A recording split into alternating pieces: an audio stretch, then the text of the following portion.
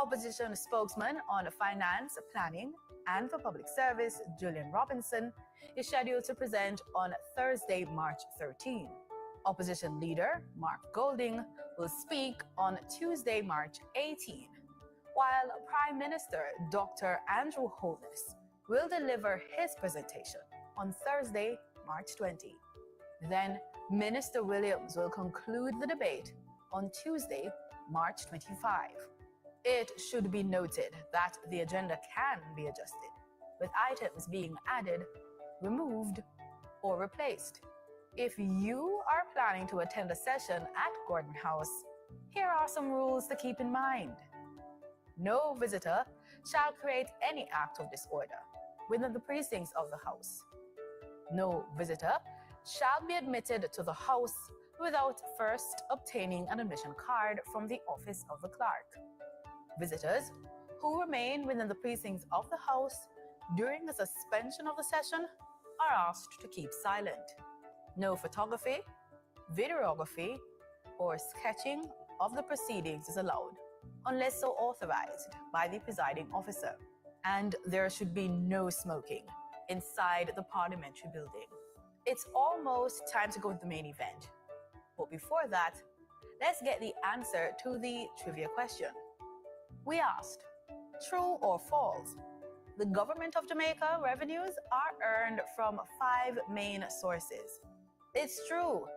The government of Jamaica's revenues are earned from 5 sources, including taxation on goods and services, non-tax revenue when citizens use services offered by the government, capital revenue from assets and services, loan receipts, grants from local and international partners.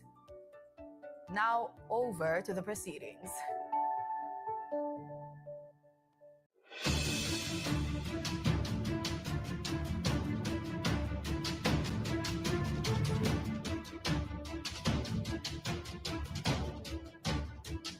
Dalrymple Philibert, Ms. Davis, Mr. Golden, Mr. Graham, Dr. Guy, Ms. Hamilton,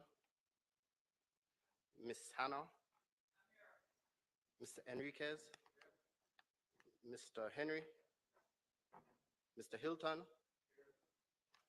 Mr. Jackson, Mr. Lawrence, Ms. Lee, Mr. Miller, Mr. Montague, Ms. Morrison, Mrs. Nita Garvey, Mr. Paulwell, Mr. Phillips, Dr. Phillips, Mr. Robertson, Mr. Robinson, Mr. Carl Samuda, Mr. Shaw, Mr. Sibley's,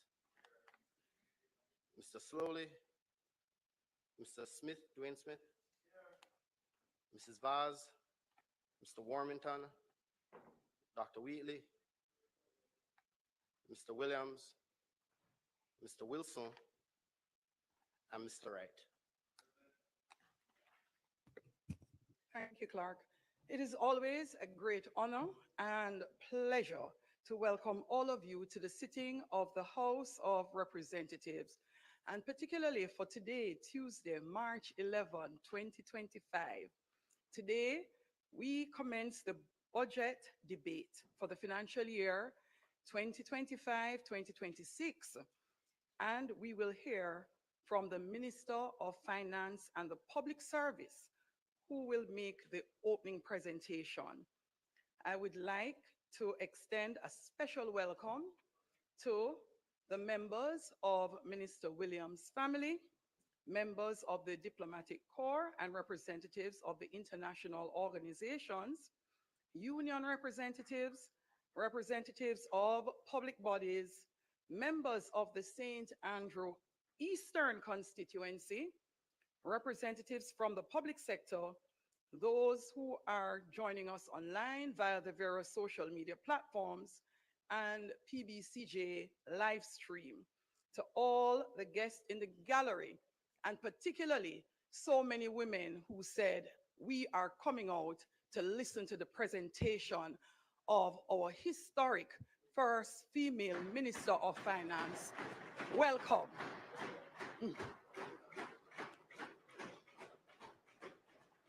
House Leader. Madam Speaker, I'd like to join you in welcoming members to this historic sitting of the House. As you have correctly stated earlier, that at this sitting history will be made when the first ever female Minister of Finance will make a presentation to this House.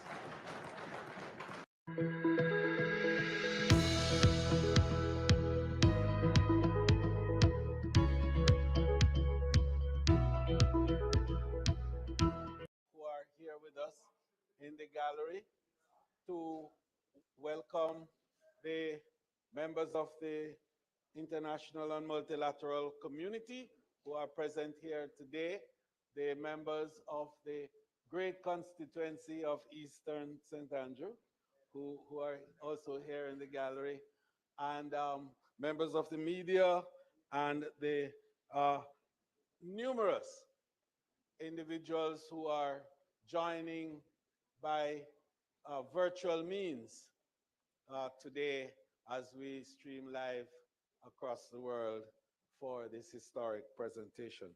Madam Speaker, I'd like also to welcome the members in the well of the House, senators, and also a former member of this chamber who is here with us today.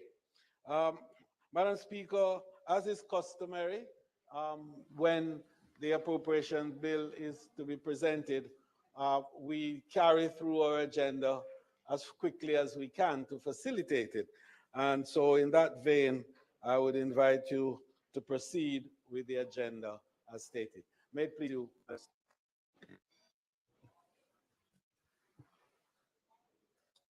Statement by Minister. Announcement.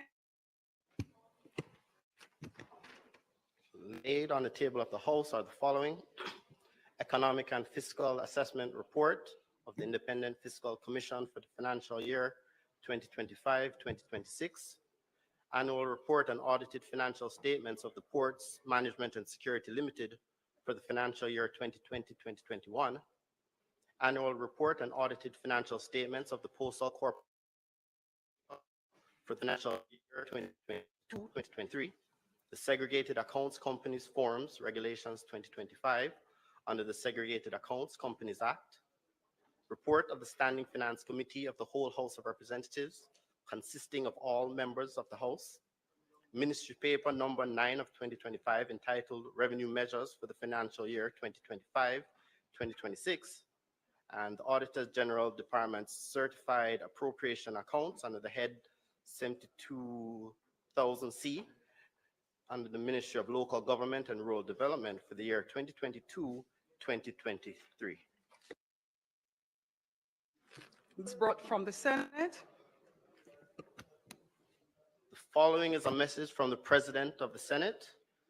To the Honorable House of Representatives, I have the honor to advise the Honorable House of Representatives that on the 28th day of February 2025, an act to amend the Counties and Parishes Act to declare the city municipality of Portmore the 15th parish of Jamaica and connected matters was passed without amendment. The Honorable Thomas Tavares Finson, President of the Senate. Thank you. Petitions, papers, reports from committee. Minister of Finance. Sure. Thank you, Madam Speaker. Madam Speaker, I beg to lay on the table of the House a copy of the report of the Standing Finance Committee of the whole House of Representatives, consisting of all members of the House, on the estimates of expenditure 2025-2026 for the financial year ending March 31, 2026.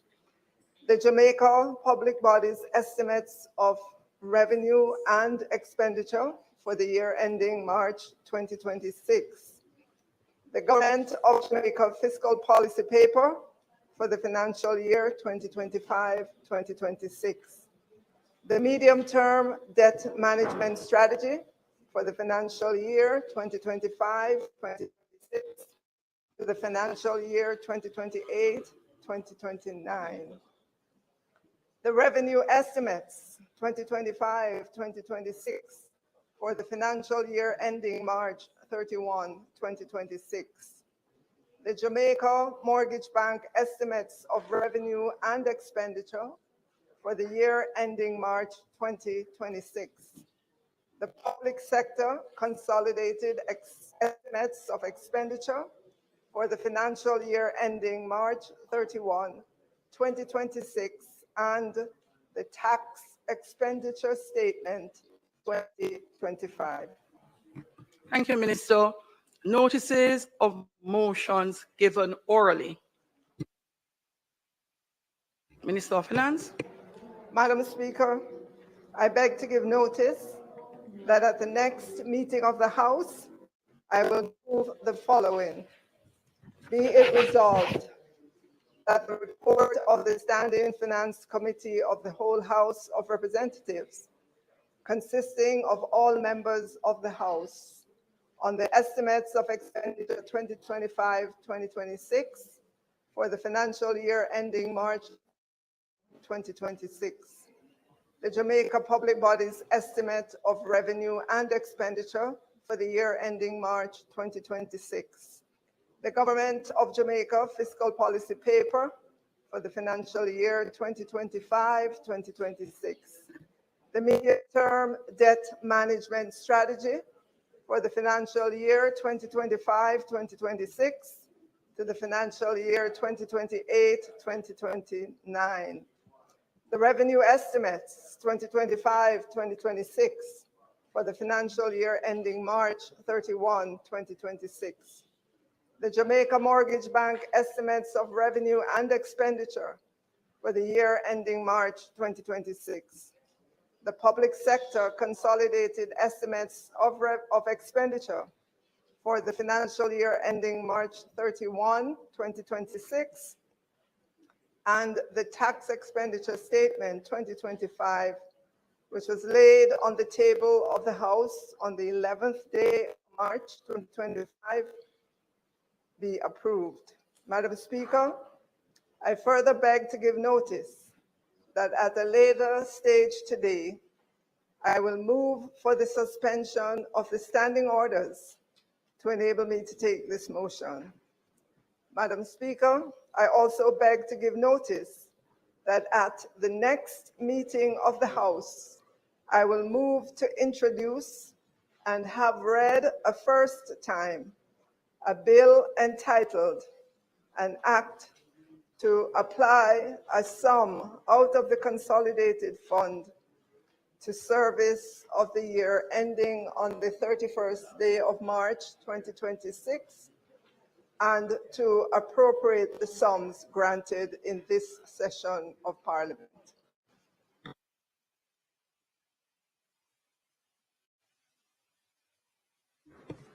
Thank you, Minister. Questions and answers to questions.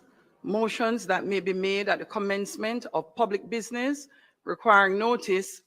Motions relating to the sitting of the House. Motions for leave to introduce bills. Presentation of bills without leave of the House first obtained. Public business. House Leader. Speaker, in keeping with the order paper, I would recommend that you invite the Minister of Finance to now take the motion in her name as stated with regards to the report of the Standing Finance Committee. Minister, give me a moment, please. Members in the gallery, those who are visiting the Parliament today, just a small housekeeping reminder. You are not permitted to clap during the sitting of Parliament at all. No disturbances at all. And for those members who are seated here in chamber, just a reminder, Standing Order 34, You may refer to it as it relates to interruptions, and particularly our custom in respect of our budget debate. The member on their feet will be heard uninterrupted. Uninterrupted. Please refer again to Standing Order 34. Let us now make welcome Minister of Finance and the Public Service,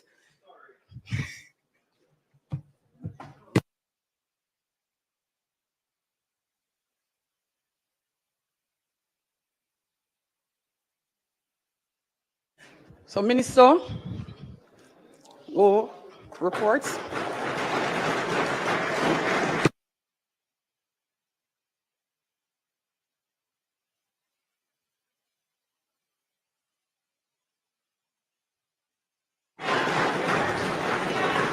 You can pause.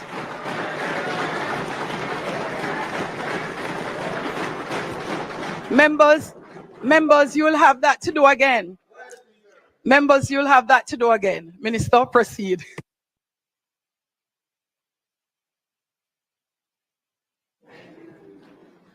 Madam Speaker, I now move for the suspension of the standing orders to enable me to take the motion regarding the report of the Standing Finance Committee, notice of which I gave earlier. Those in favor?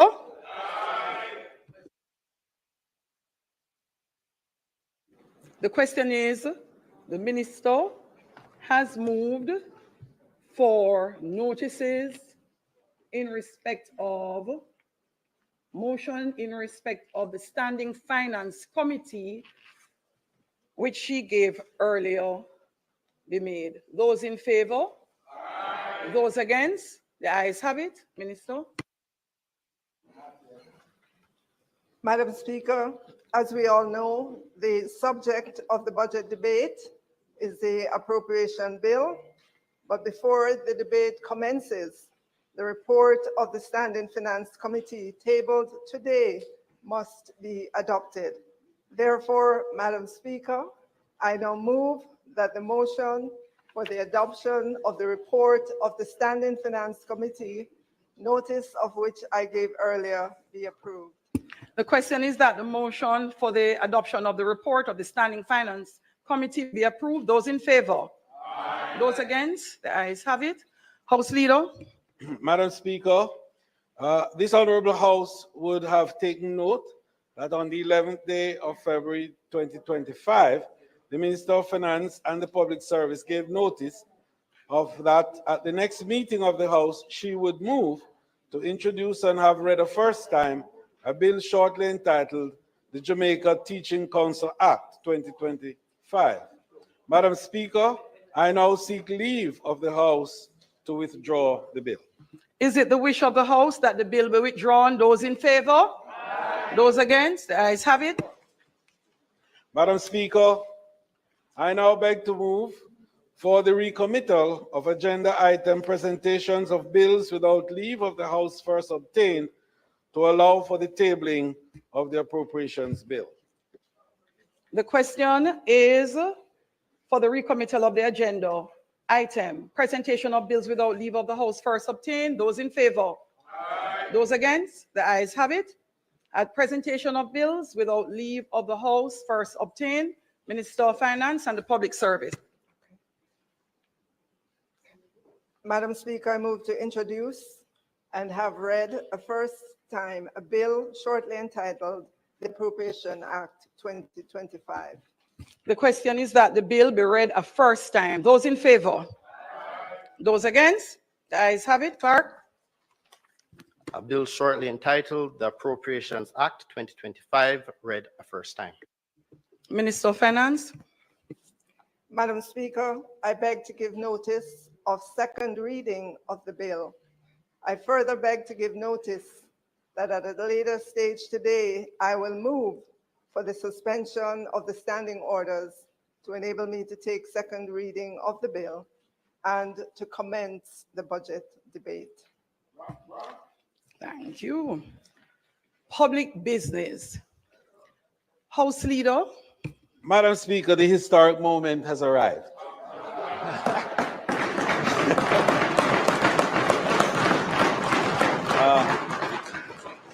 I now invite you, Madam Speaker, to request of the Minister of Finance to commence the debate. May it please you. Thank you, House Leader.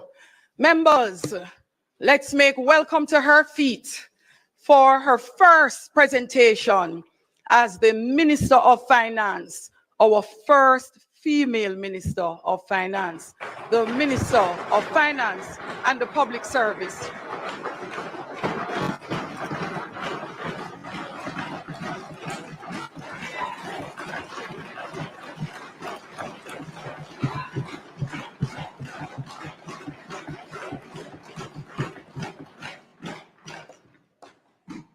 Madam Speaker, permission to speak from a seat other than my own. Permission granted, Minister.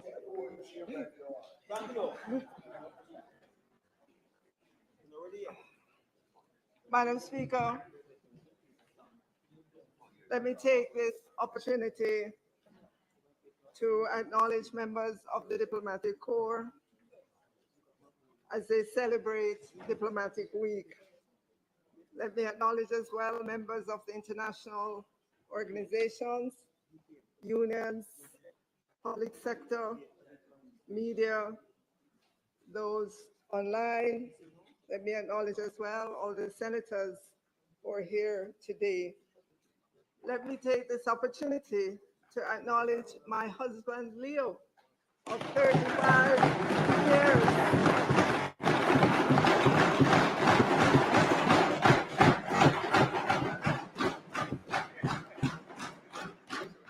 And our two daughters and family members who are watching online from the United States. I want to acknowledge as well all the people that when we grow up with in a Ty Dixon.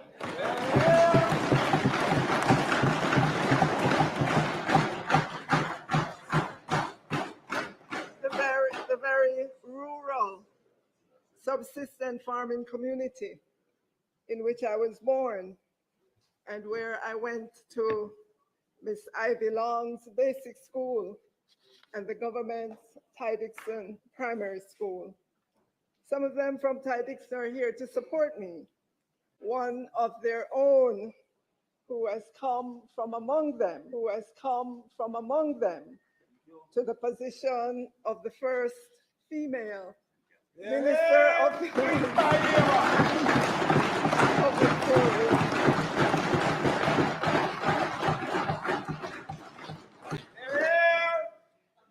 Madam Speaker, my greatest sense of gratitude is to the Ty Dixon Seventh-day Baptist Church, at which my father served as a deacon for many years.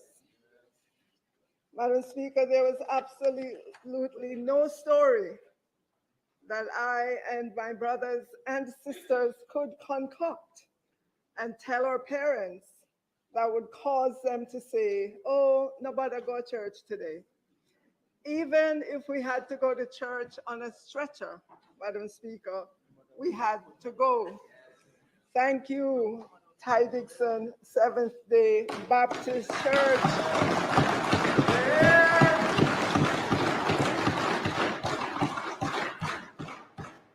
For instilling lessons that continue to shape my character and guide my footsteps. Madam Speaker, let me also acknowledge all my colleagues in Parliament this afternoon.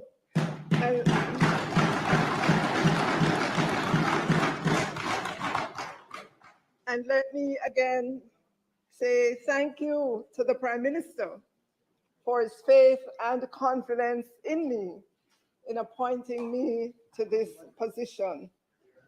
This Prime Minister, Madam Speaker, is a Prime Minister who has appointed women to occupy many high positions in government.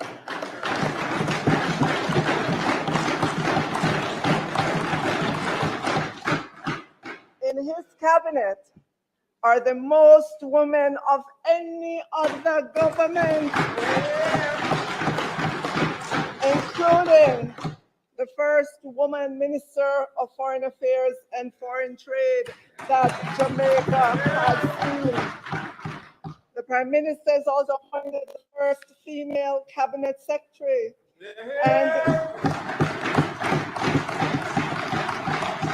and the first female head of the Armed Forces of Jamaica.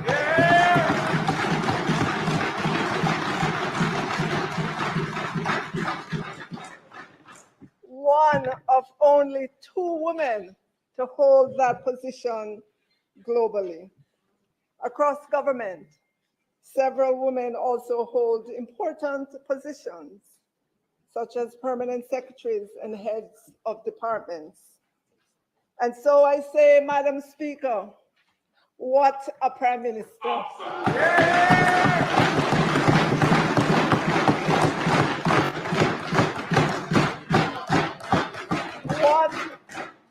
What a government, Madam Speaker.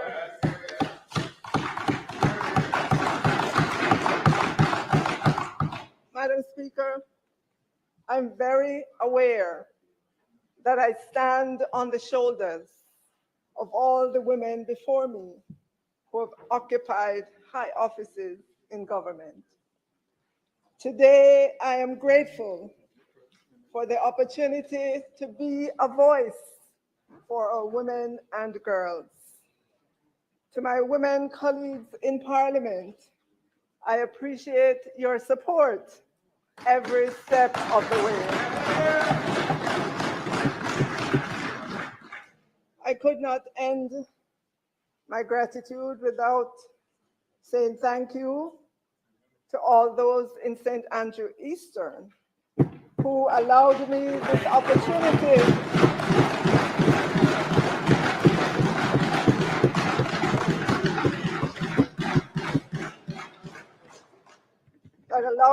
opportunity to represent them in Parliament and to work with them for a better life for them.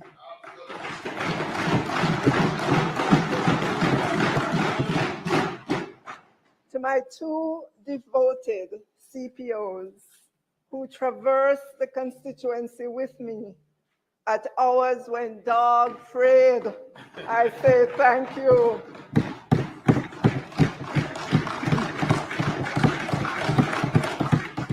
Your sacrifice has not gone unnoticed, and I want to say thank you to your families for their understanding.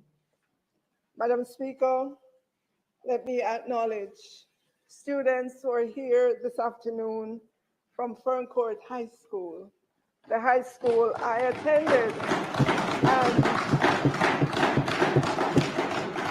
and the high school I attended and from which I graduated.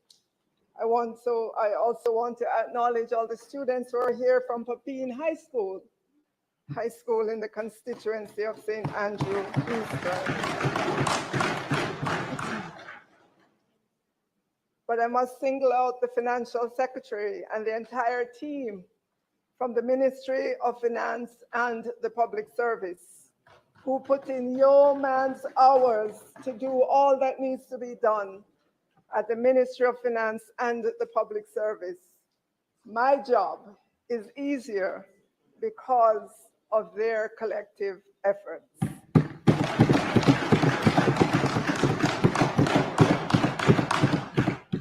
Madam Speaker, there are so many other persons in government and outside of government, too numerous to call by name, that have helped me on this journey. And to all of you, my heartfelt thank you.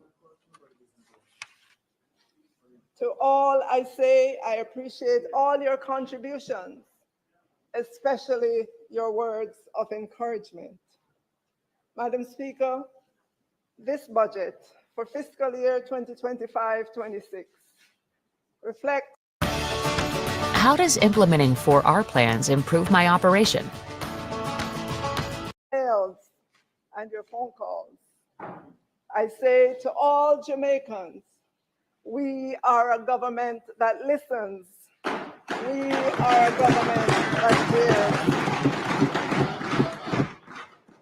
Madam Speaker, today marks the 10th budget presentation for this Prime Minister Andrew Holness administration.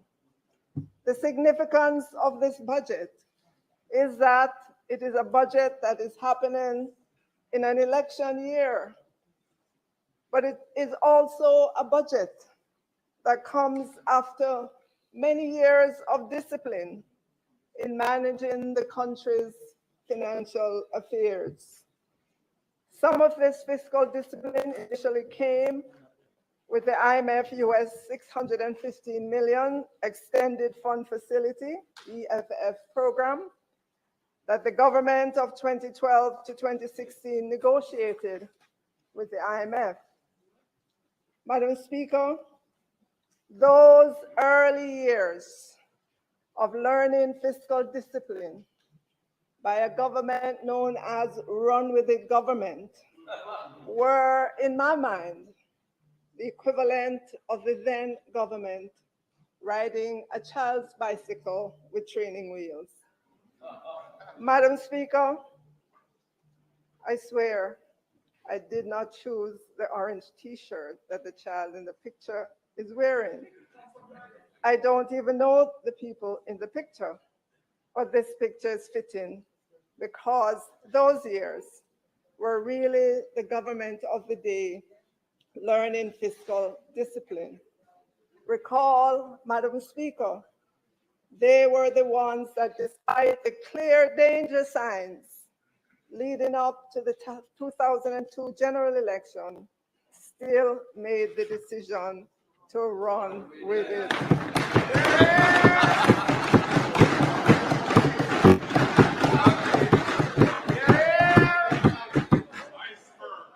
So this is fitting.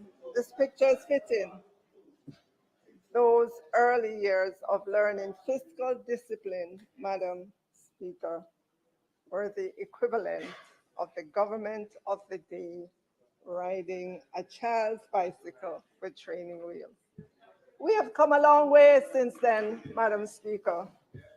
Since the start of this Prime Minister Andrew Holness-led administration, I'm pleased to say we have been riding a bicycle, but it's a big people bicycle. And we are balanced.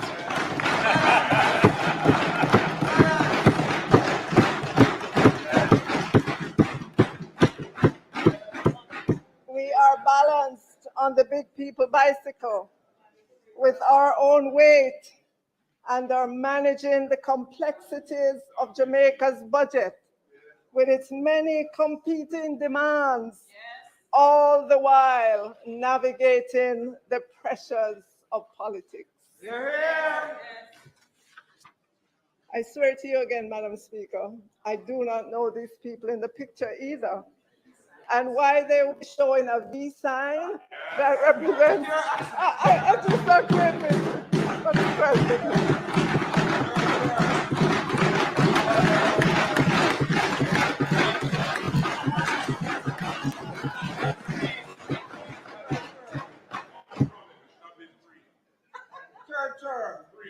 Madam Speaker, we on this side are no run with it government.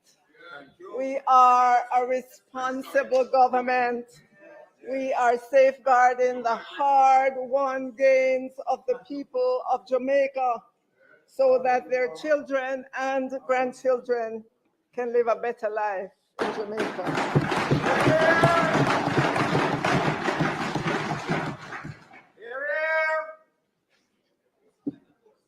Madam Speaker, it was only a few Fridays ago, February 21, 2025, that international credit rating agency Fitch signaled to the entire world its continued positive outlook on Jamaica and affirmed Jamaica's BB- credit rating.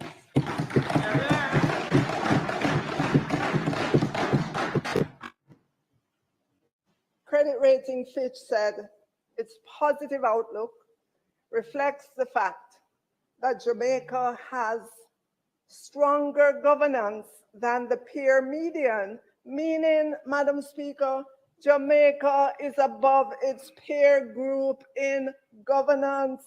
Madam Speaker, I know me say so, a Fitch International Rating Agency says so.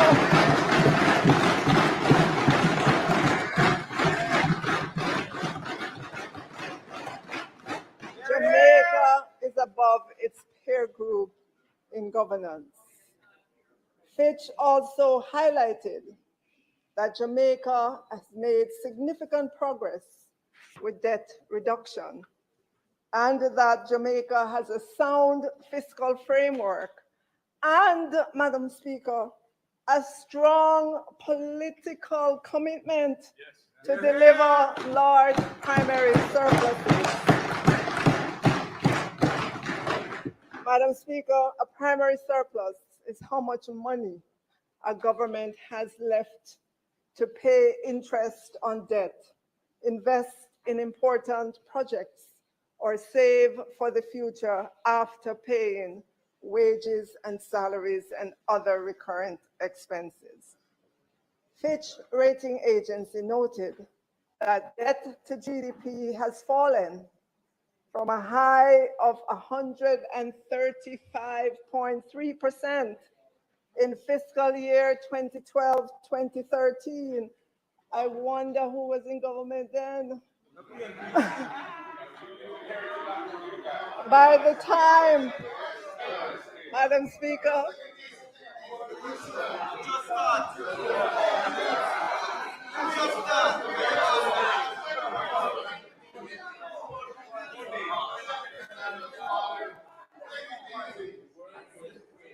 Madam Speaker, by the time we close, Madam Speaker, by the time we close this fiscal year, 2024-25, on March 31, 2025, we will be at 68.7%.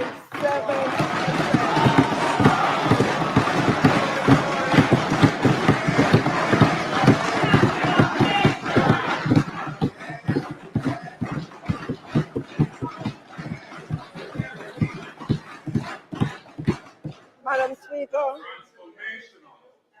a country's credit rating is important because it reflects the country's creditworthiness and ability to repay its debt. A country's credit rating can influence investors' perceptions of its economic stability and growth prospects. Madam Speaker, the rating agency noted that this government has built a record of fiscal prudence that has gained credibility in recent years and may be further strengthened over the next several years, including through the successful implementation of the new Fiscal Commission.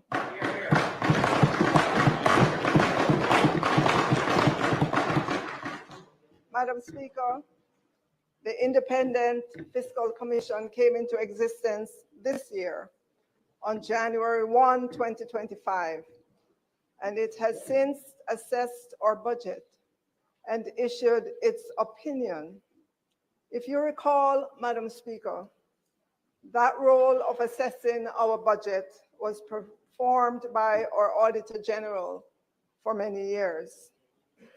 The Independent Fiscal Commission, in its first report, has said that Jamaica's fiscal position and policy is sustainable.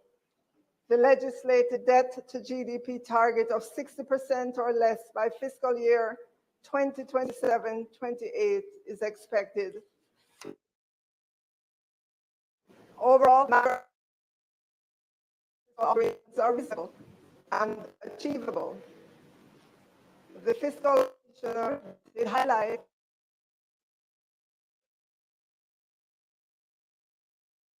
the budget process, and they are not new. The heavy reliance on tax revenues in the last 2 weeks in March, the last month of the fiscal year. The Fiscal Commission also pointed to the need to have a presentation of the fiscal balance for the specified public sector, and that the revenue measures should be tabled simultaneously with all other budgetary documents, despite this never been done before by any finance minister, Madam Speaker. So, Madam Speaker, we are ending fiscal year 24-25 strong. Unemployment is down, employment is up.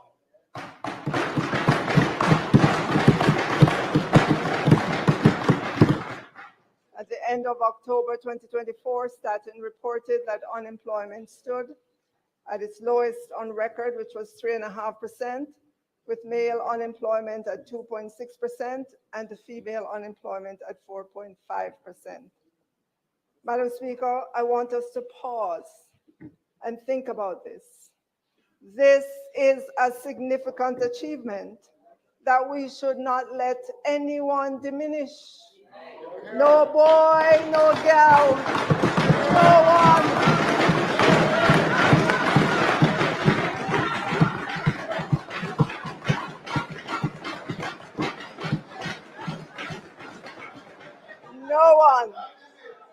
No one should diminish this achievement of this government. Madam Speaker, if you take a look at the chart, look back at October 2013. At the time, the overall unemployment for Jamaica was 14.9%. Compare that to the 3.5% at October 2024.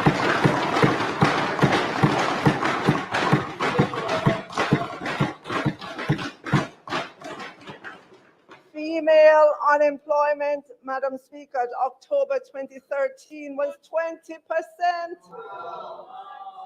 compared with 2.6% at October 2024.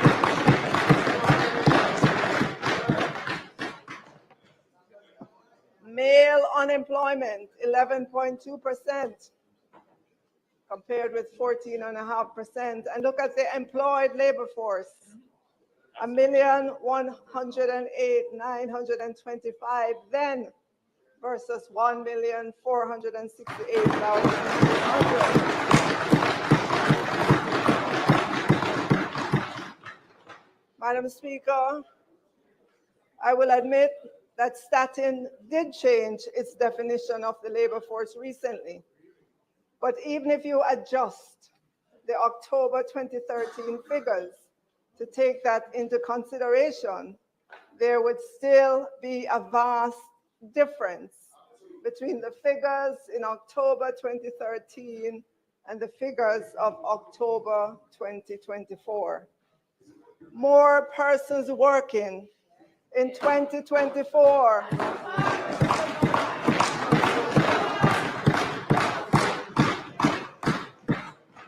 Madam Speaker, more persons working in 2024 is a result of the good policies by Prime Minister Andrew Holness-led government.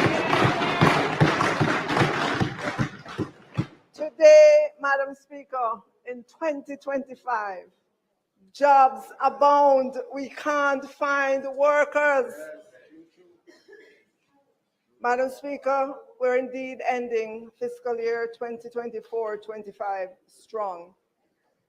Debt to GDP is down, and we're on the path to getting to less than 60% debt to GDP by fiscal 27-28.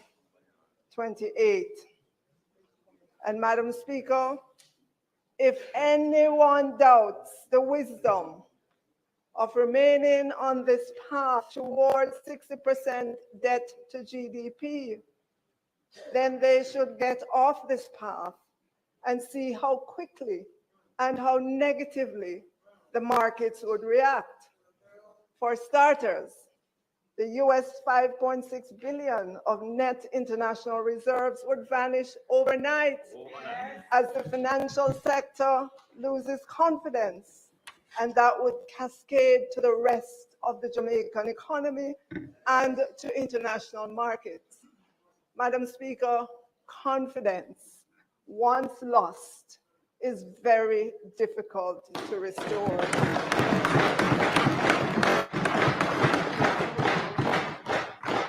So, Madam, I say again, we are ending fiscal year 2024-25 strong.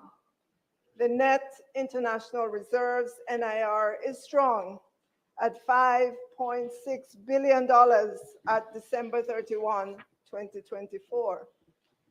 And there's a chart from the Bank of Jamaica's database that shows how our net international reserves have grown since 1992. You know, Madam Speaker, there are some persons who have been trying to rile up Jamaicans to be loud about getting some of the net international reserves to be spent now to take care of short-term wants.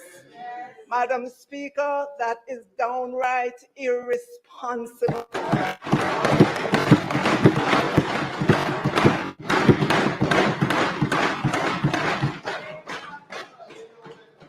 The net international reserves is our cushion against the vagaries of the outside world. Madam Speaker, the main purpose of a country's net international reserves is to act as a financial safety net, providing a cushion against external shocks like currency crises or sudden disruptions in capital inflows, allowing the country to meet its foreign exchange obligations and maintain stability in its domestic currency by intervening in the foreign exchange market if needed. Madam Speaker, do you remember COVID? How would we have supplies and vaccines if we did not have US dollars to buy them? Madam Speaker, riling up Jamaicans to demand that the net international reserves be spent is like telling Jamaicans to go party with their rent money. Exactly.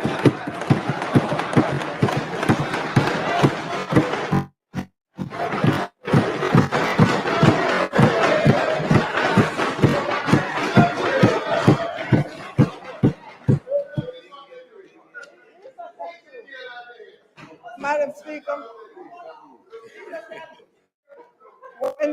Madam Speaker, when the music is done at the party, what you gonna do? Madam Speaker, I say again, that's very irresponsible and dangerous.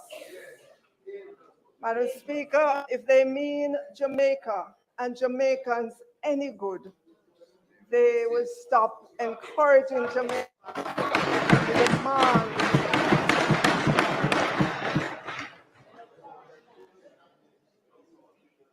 Madam Speaker, we're ending fiscal year 2024-25 strong.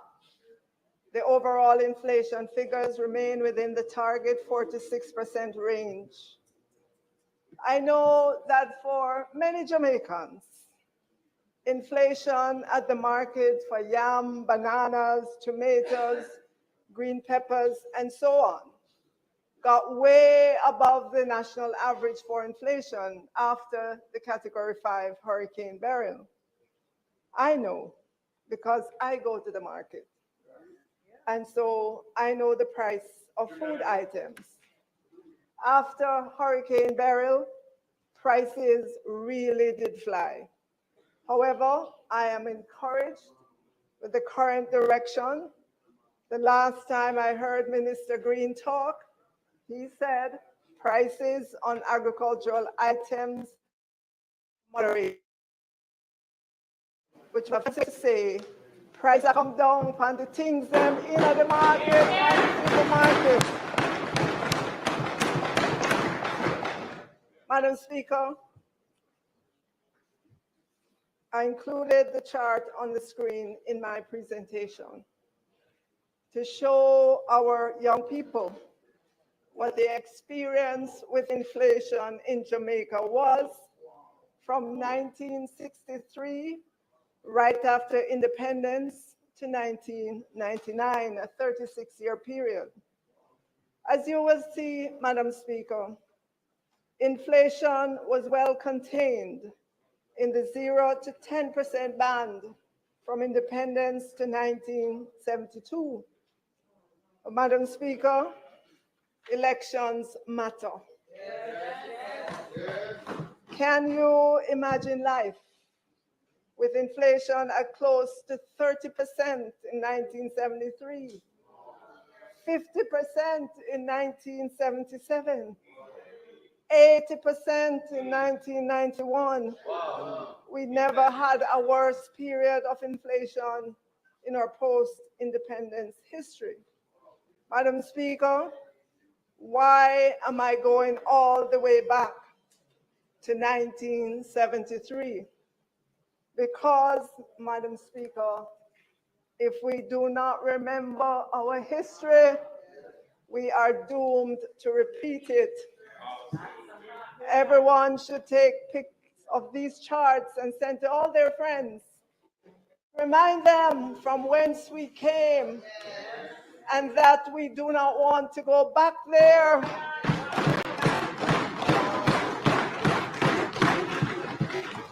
And certainly not with the people who were responsible for the 30% inflation in 1973, the 50% in 1977, and the 80% in 1991.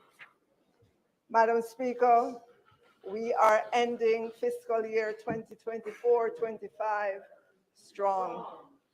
As a country, we did better than what was projected. Crime is down, roads are being fixed, people got their reverse income tax credit, inflation is contained, persons and businesses are getting relief with the Special Arrears Settlement Program, an initiative that relieves the taxpayers of the penalties, interests, and surcharges that have accrued on an outstanding principal balance. We expanded the limit of the capitalization of companies on the junior market, reduced the income tax for companies that generate more than a specified amount of energy from renewable energy, clarified the tax rate for trusts and corporate services, and increased the allowance offered to the pensioners and persons over the ages of 55 and 65 years old. We also streamlined the Procurement Act to make it more efficient in its execution. Madam Speaker, what a government.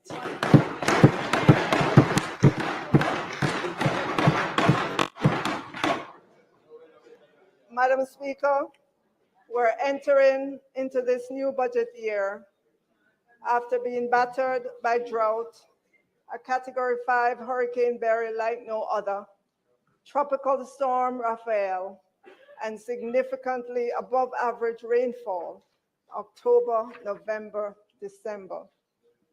The PIOJ puts the devastation of Hurricane Beryl at 1.9% of GDP for 2023, or $56.7 billion. We all remember pictures of the devastation. Madam Speaker. In the left on the screen, a woman looks at a beach littered with trash at Jamaica in the aftermath of Hurricane Beryl. Pictures of persons walking through the debris after their premises was damaged, and this was in Old Harbor, Jamaica. Madam Speaker, it cannot be denied that the declines we suffered in GDP during this current fiscal year were as a result of what the Director General of the PIOJ called hydrological events. Damage from Hurricane Beryl had the fourth largest negative impact of the 19 natural disaster events that have battered this Jamaican economy since 1999, a 25-year span. Yet, some would want to call down recession on Jamaica. You have to wonder, what are their motives, Madam Speaker? Why would anyone Look celebrate that? at the damage from Hurricane Beryl all across Jamaica. Madam Speaker, in the face of what we know to be increased intensity of weather-related events, we would have been in a very bad place when Beryl struck if we had not implemented our national natural disaster risk financing.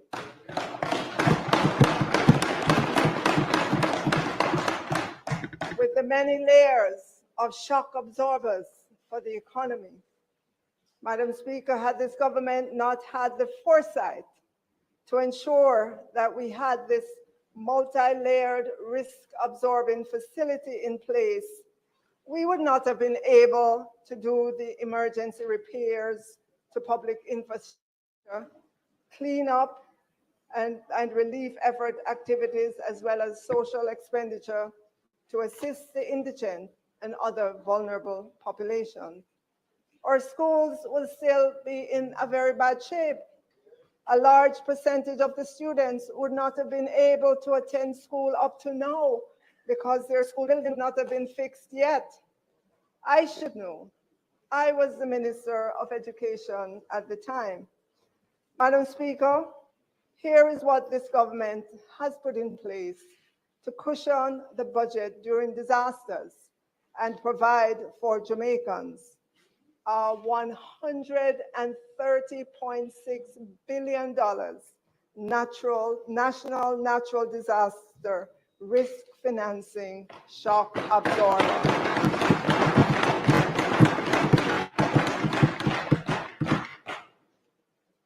And that policy says, in times of disaster, start with what you can reallocate, what you can defer, what you can delay or cancel. If that is not enough, go to the next layer, the contingency fund and the National Disaster Fund. This is $4.8 billion. Then you go to the next level, the National Natural Disaster Reserve Fund that has $1 billion. Together, these two funds total $5.8 billion.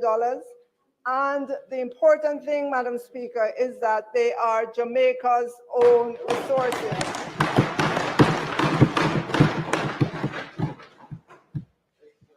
And if that is not enough, we have two contingent credit arrangements, thanks to our international partners.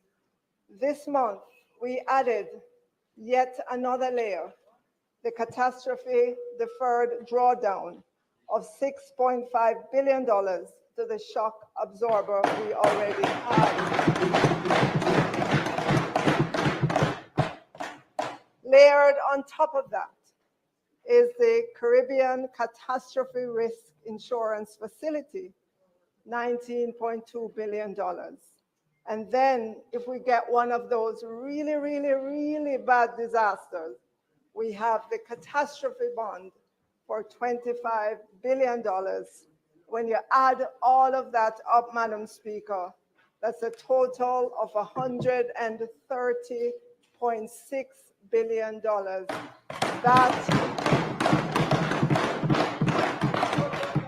That is the size of our shock absorber, Madam Speaker. They, on the other side, in all the years they have been in government, spending, did not consider the future of Jamaica to provide for contingencies for disaster. Yes, I will give them credit for continuing the payment for the CRIF insurance, which was started under us during 2007 to 2012. But there was nothing else, no contingencies, other than the begging that I see practicing in the US recently. Madam Speaker, can you imagine Stop scrolling online and come see for yourself. Over 100 pre-owned RVs all in one location at the used. This multi-layered national natural disaster financing policy to ensure we recover quickly from Beryl and Raphael in record time, all now we would be in darkness, without water. The roads would be impassable. Schools would not have been repaired. No cash resources would be available for farmers, businesses, and families. The commitment of this government, Madam Speaker, is to continue strengthening our multi-layered national natural disaster risk financing and to fill any gaps that we have. Of course, Madam Speaker, how much we can access will depend on the severity of the disaster. And Madam Speaker, I must give former Minister of Finance and the Public Service, Nigel Clark, his props for this. He not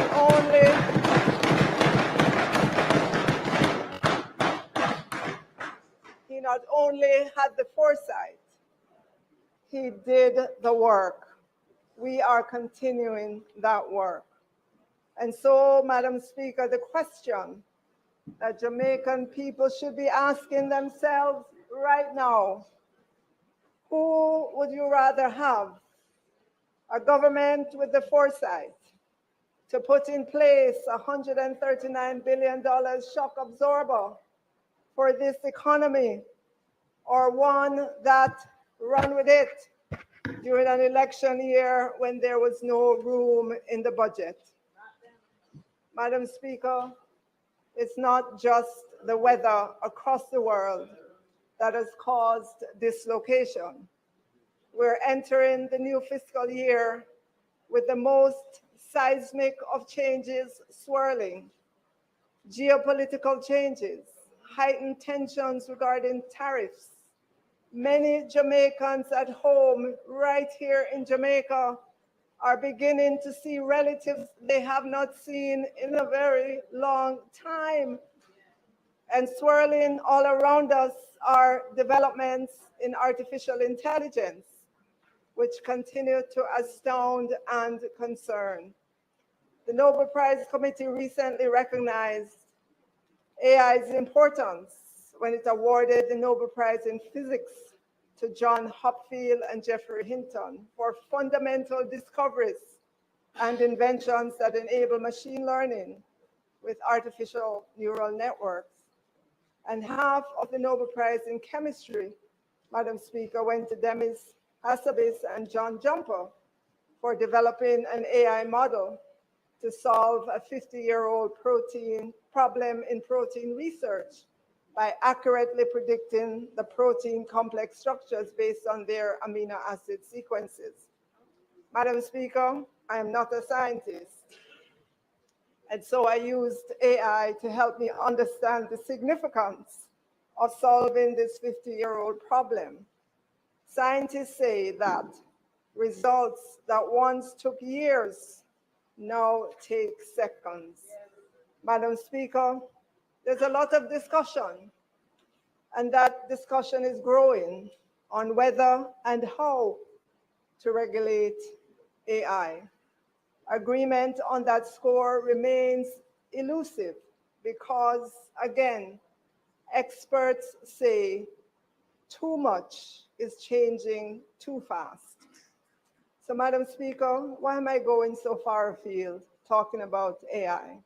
Because, Madam Speaker, scientists say these advancements hold transformative potential for fields like medicine, biotechnology, and environmental science, that we can now predict protein structure and design our own proteins confers the greatest benefit to humankind.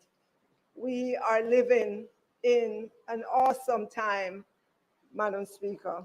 As a result, as a government, we must generate budgets that help to equip our people for an environment that experts say is changing too fast.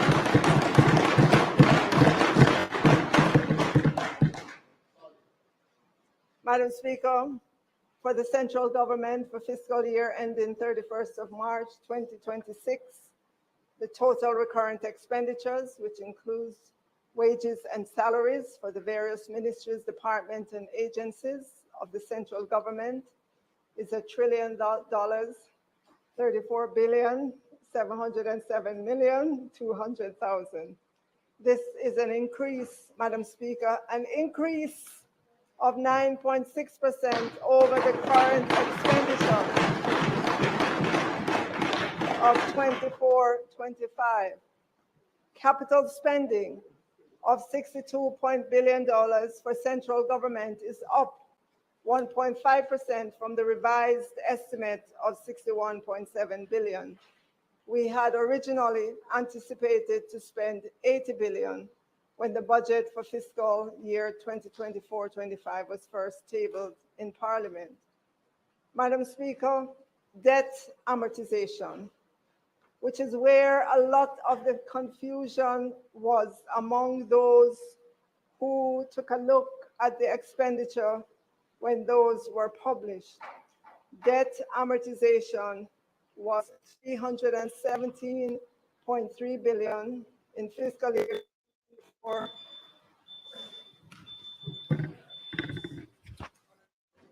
House Leader, Madam members' time Speaker, for speaking has expired. members' time for speaking having been expired, I beg to move that it be extended sufficiently to allow the conclusion of the presentation. Ladies, you, Madam Speaker. Question is that the members' time be extended sufficiently to allow for completion of the presentation in respect of the opening of the debate. Those in favor? Aye. Those against? The ayes have it.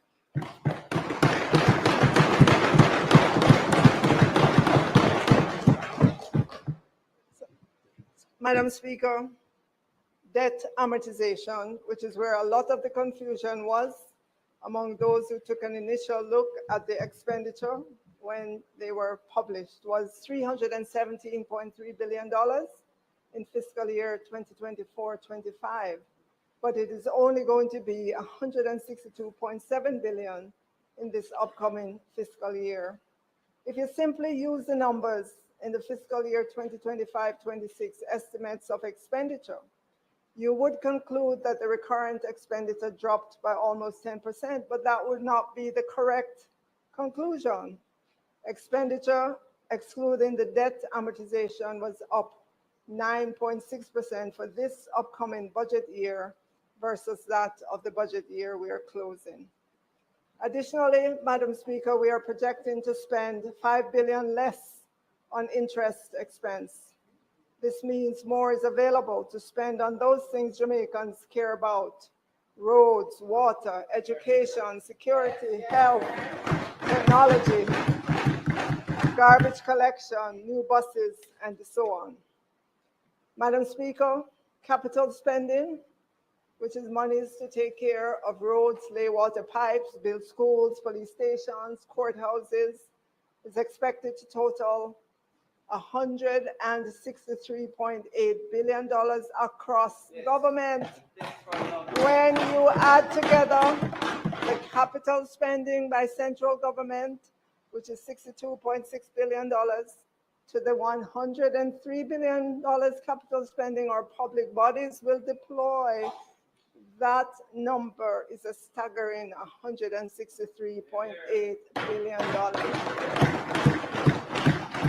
This is a 36.5% increase over what is being spent in this fiscal year ending March 2025.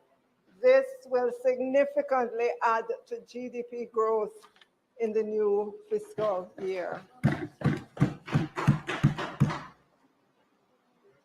Madam Speaker, we have 150 active public bodies.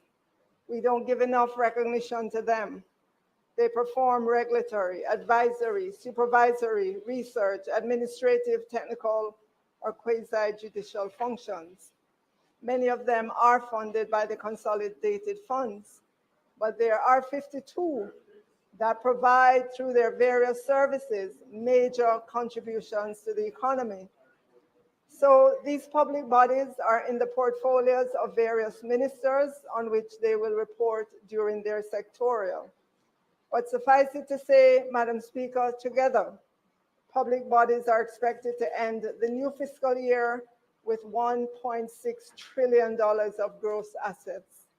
This is 6.6% greater than the gross assets in the fiscal year that is drawing to a close.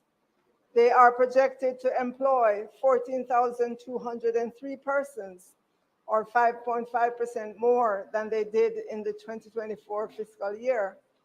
And they are projected to generate revenues of $644 billion, an 8.7% increase over that of fiscal year 2024-25. For the upcoming fiscal year, we're asking a little less in terms of transfers from them, but you will see that their capital spending will be 4.2% more than the $97.2 billion they spent in fiscal year 2024-25.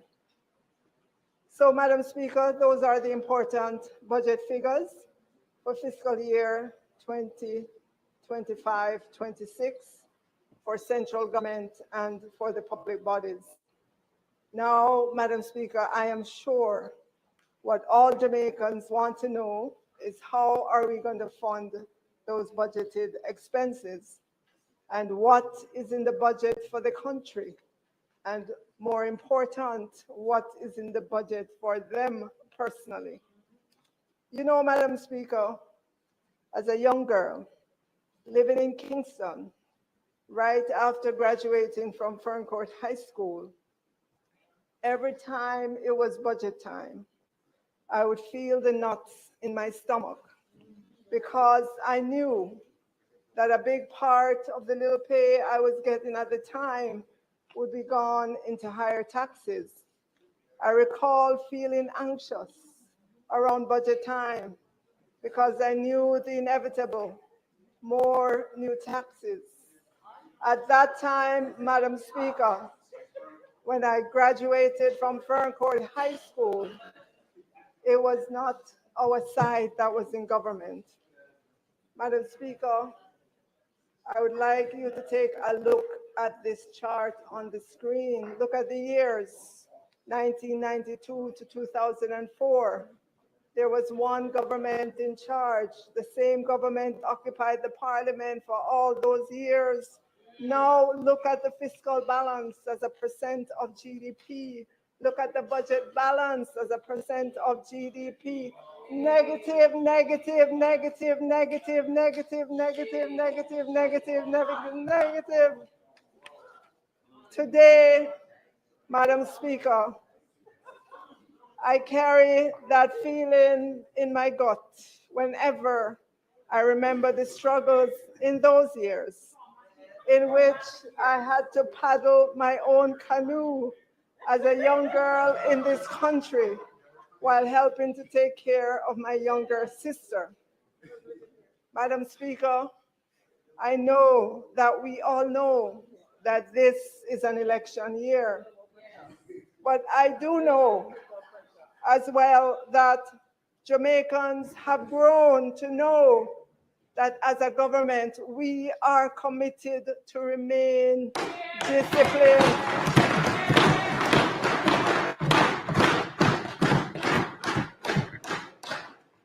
We would not throw away the hard-won gains of the people of Jamaica, Madam Speaker, not even to win an election. So how will the budget for fiscal year 2025-26 be funded? So, Madam Speaker, the central government budget will be funded with $949.5 billion of tax revenues, $139.8 billion of non-tax revenues, $812 million of bauxite levy, and $5.96 billion of grants. In terms of the debt payment, We have 162.7 billion of debt that comes due in fiscal year 2025-26. We forecast loan receipts of 158.4 billion, and we expect to pay the difference from our own resources.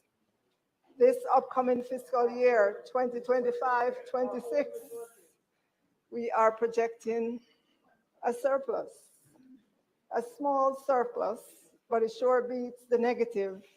Negative. Negative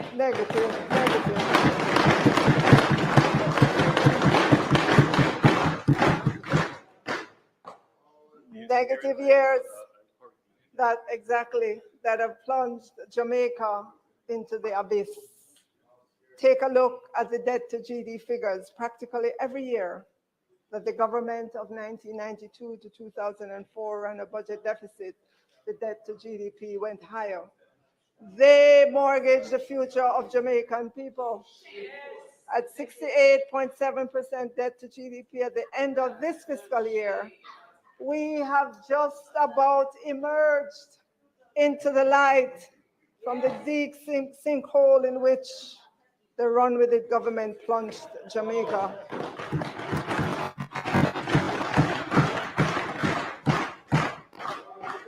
Madam Speaker, recently the Tax Administration Jamaica conducted a survey, and it asked Jamaicans, what do they believe are the implications when TAJ does not collect taxes?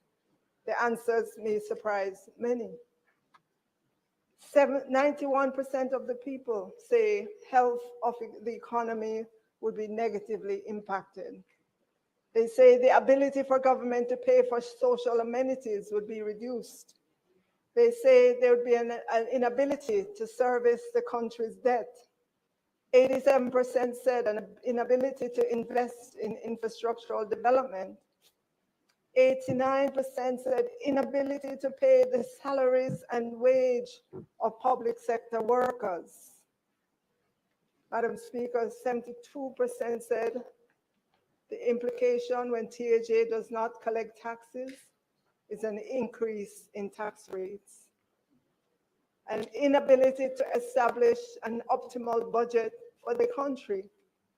And 78% said when TAJ does not collect taxes, it increases the tax burden on those who pay taxes. Madam Speaker, these responses are encouraging to me to know that when all is said and done, Jamaicans do understand that a government, any government, has to collect taxes to pay for social amenities, service the country's debt, invest in infrastructural development, pay the salaries and wages of public sector workers, among other things.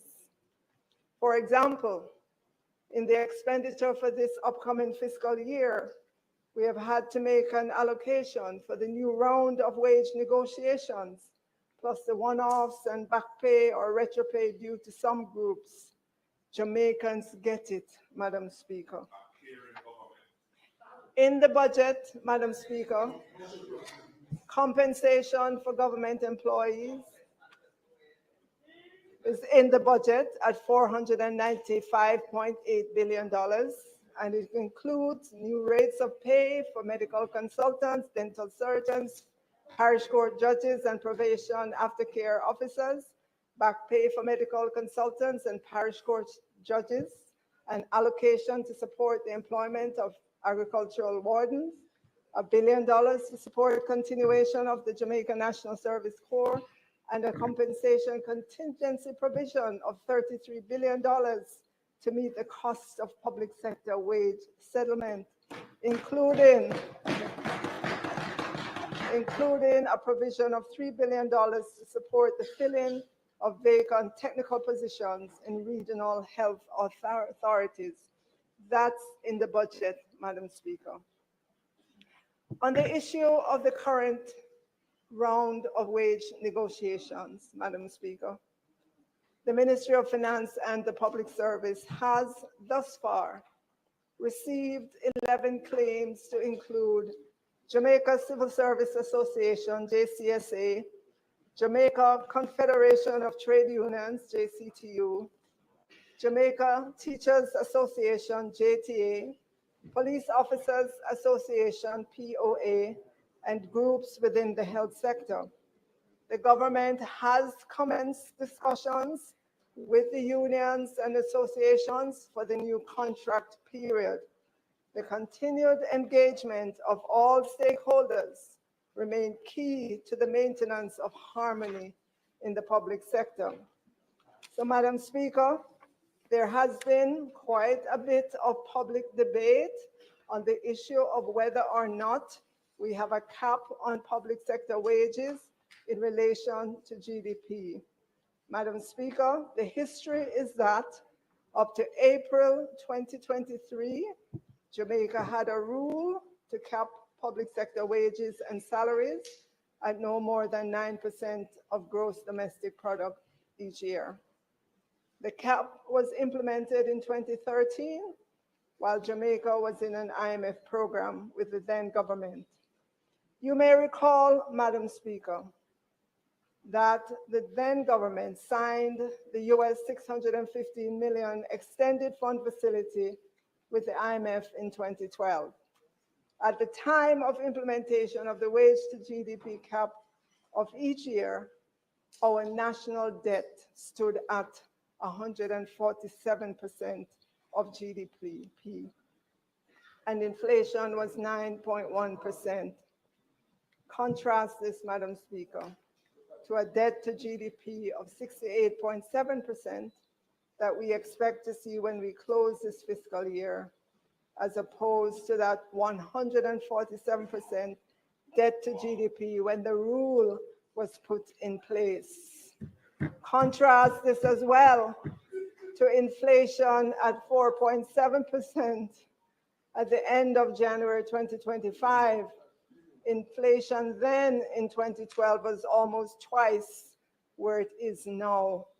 Additionally, and very significant, this government formally adopted inflation targeting policy in 2017, which is being implemented by the Bank of Jamaica, of inflation being in a range of 4 to 6%.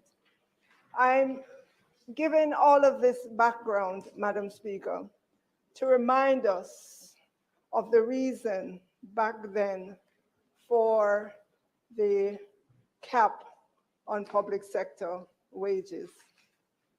Following all of that, in 2022, this administration abolished the wage to GDP cap in order to address retention issues, wage freezes, and historical underpayment in the public sector.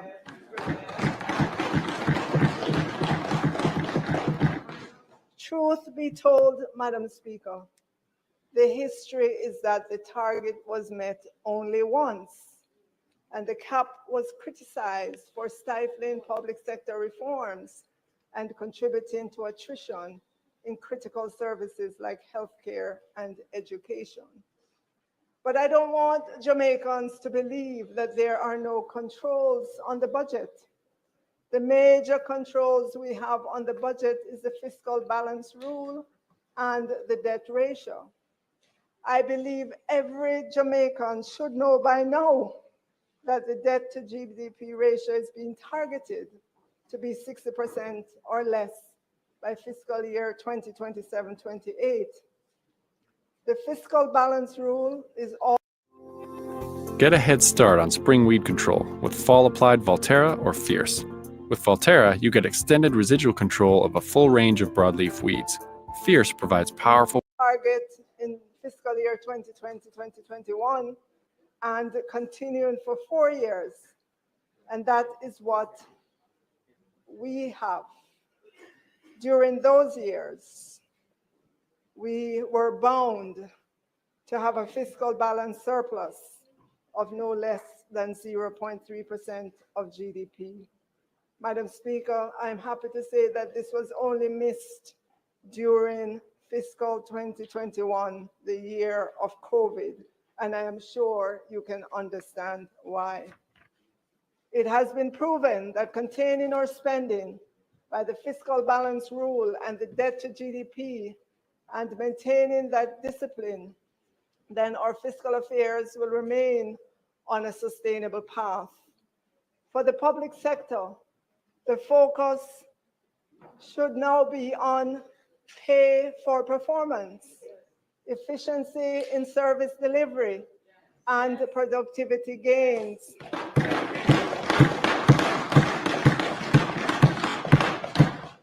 Madam Speaker, as we approach the start of the new fiscal year, we intend to make significant progress in the implementation of the pay for performance element of the new compensation system. We have begun the conversations with our union partners because we must continue to transform to provide the framework and tools to improve productivity in the public sector. The pay for performance system is a key component in incentivizing performance in the public sector. But Madam Speaker, let me be the first to say we are ending fiscal year 2024-25 with gains in efficiency and productivity in government.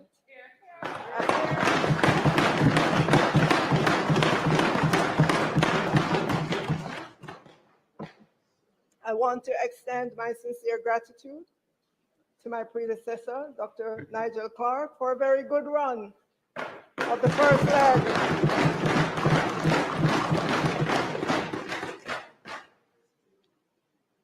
And handing the baton to me to continue the race. At the same time, I must express my thanks also to our union partners and public sector workers who stayed the course as we navigate some difficult terrain. Madam Speaker, this honorable House will recall that in 2017, this Prime Minister signaled the government's intention to pursue modernization of the state in a more deliberate and transformative way. And I want to pause to acknowledge the support of our international partners in assisting us in key areas of our development agenda. It is very easy to say, Madam Speaker, that the government is inefficient and ineffective. And I'm the first to admit that whilst we have achieved a lot, much more is left to be done. But if we look dispassionately at the public sector, it must be acknowledged that significant strides have been made. Even as we modernize and transform, we must continue to deliver public services. We cannot close shop and put up a sign to say, under transformation, reopening soon. Exercises like these take time and require consultation with multiple stakeholders as we all work together to build a better public sector for all. Madam Speaker, some of the strides made include expanding the use of ICT in the public sector to drive efficiency and effectiveness, building a shared services operation as a means of transforming the way government provides service internally, transformation of human resource management practices, compensation management, and rationalization of public bodies. Under this program, Madam Speaker, GovNet became a reality under the efficiency pillar. There is now a dedicated broadband infrastructure for the public sector. To date, 700 entities in the Kingston metropolitan area are now directly connected to the system.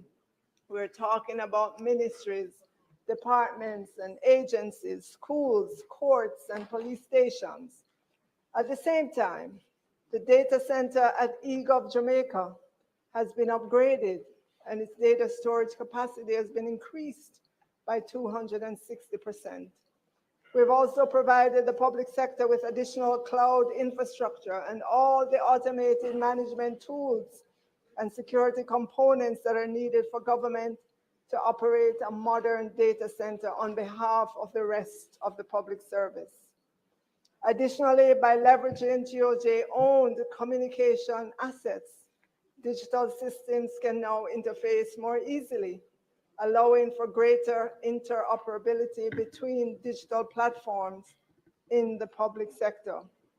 This means that the framework is in place to allow for e-government services, citizen-facing applications, and back-office operations to integrate more efficiently, reducing duplication, improving service delivery, and ensuring that government processes are faster, more secure, and more responsive to the needs of the public.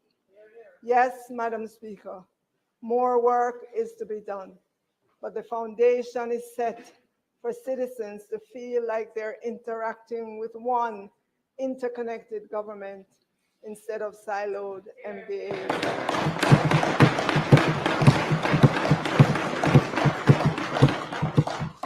The Transformation Implementation Unit, lovingly called TIU, has also partnered with 4 ministries to implement systems to improve the way they deliver key services.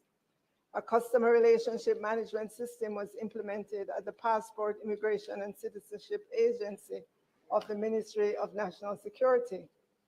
This has been having a positive impact on customer service in terms of what it does. IRIFINS, a web-based fisheries licensing and registration system for fisheries and fisher farm, was implemented at the National Fisheries Authority. And I'm sure Minister Green will speak more on this in his sectorial.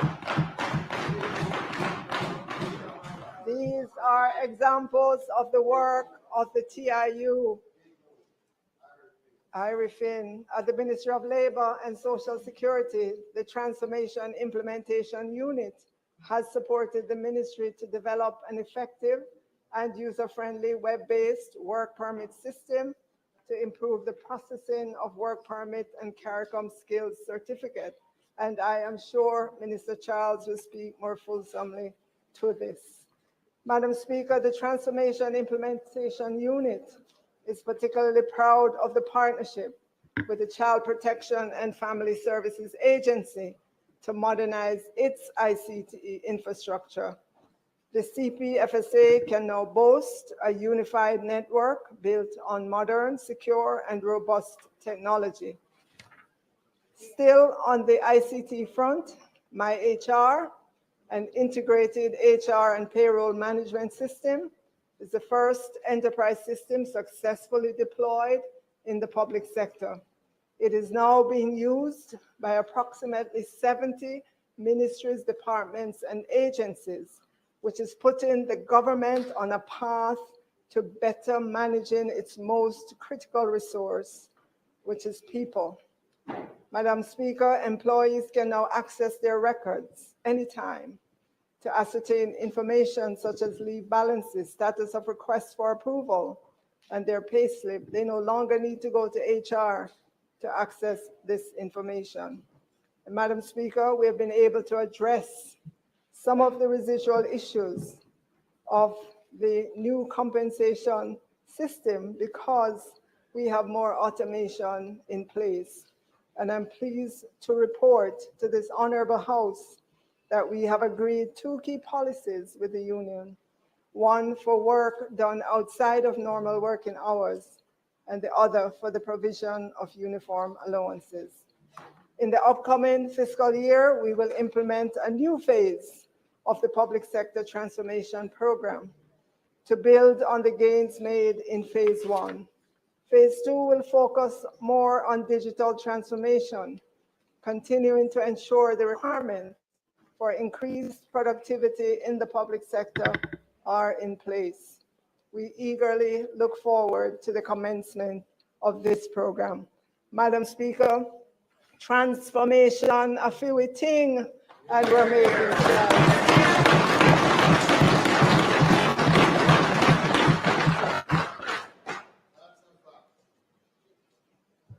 Madam Speaker,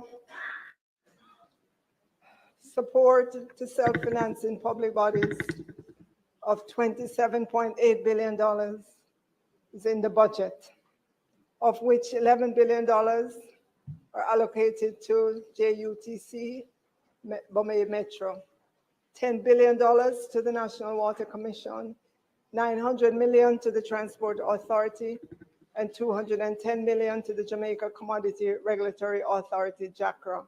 That's in the budget, Madam Speaker. Madam Speaker, let me pause to say that the $10 billion allocation to the National Water Commission was the easiest yes for me.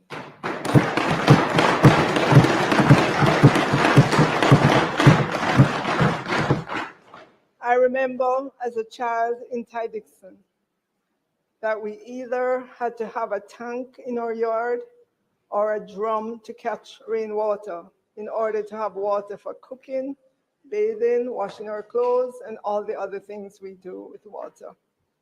Madam Speaker, even though we had a tank in our yard, the tank leaked, and so unless rain fell heavily, the tank was generally dry.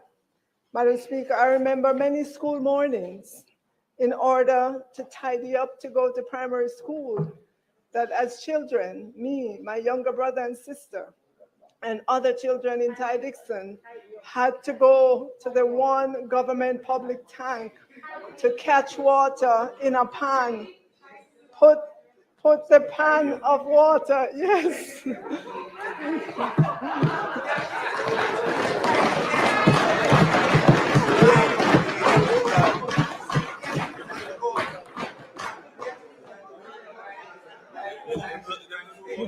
I know.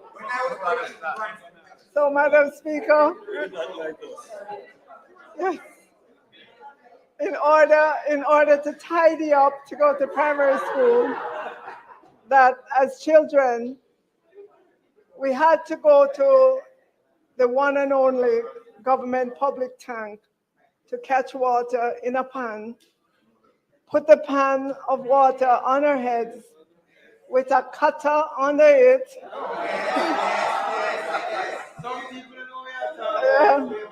to keep it steady in order for us to have water to use before we go to school.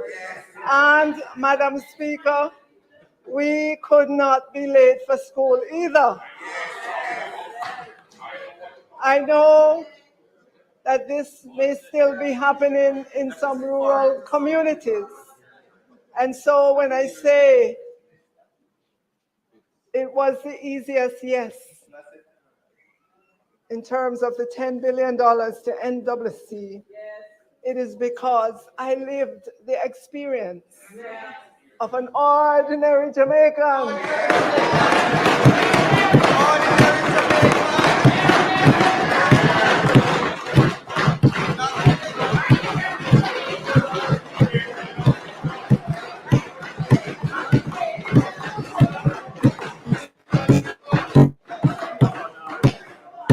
An ordinary Jamaican in rural Jamaica, in Ty-Dixon, and I know the hidden hopes and dreams of ordinary Jamaicans.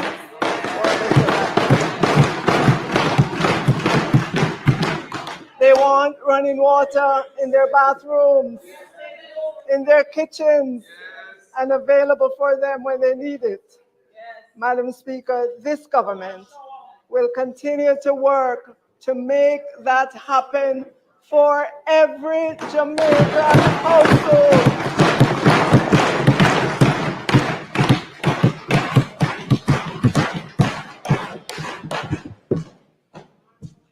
So, Madam Speaker, recently I gave my strongest endorsement to the PPP, Public-Private Partnership, that Prime Minister and Minister Samuda signed with the various partners to build the Rio Cobra water treatment plant at a cost of US $77 million or 12 billion Jamaican to bring an additional 15 million gallons of water to benefit Jamaicans. The deal was criticized for having an interest rate that to those who do not have the responsibility of contemplating and planning the future of Jamaica, that interest rate seems high. When I heard those comments, I WhatsApped Minister Samuda and I said, I will defend this project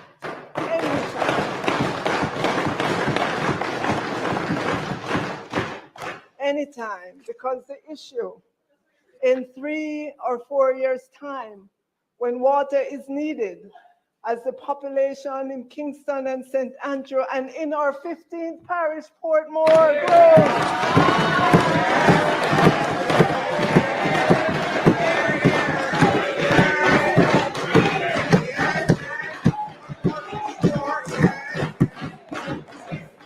At that time, in three or 4 years' time, the issue will be water versus no water, not high versus low interest rates. Madam Speaker, I know the hidden hopes and dreams of ordinary Jamaicans for a better life. Our commitment is to continue creating the pathway for that better life. So, Madam Speaker, approximately 2.1 billion, of which 1.1 billion is allocated to the Ministry of Labor and Social Security to provide individual grants of $20,000. That is in the budget. Prime Minister will speak to this in his budget presentation. He announced this at that special conference, remember back in November of 2024 at the National Arena. That is in the budget, Madam Speaker. There's $1 billion to the Ministry of Science, Energy, Technology, and Transportation to support a program dealing with the alleviation of energy poverty. That is in the budget, and I will speak more to that shortly. Restoration and maintenance of major corridors and gullies program at $4.6 billion is in the budget. Our Prime Minister will speak to the specifics of this. And there is $1.96 billion to support the holding of general elections within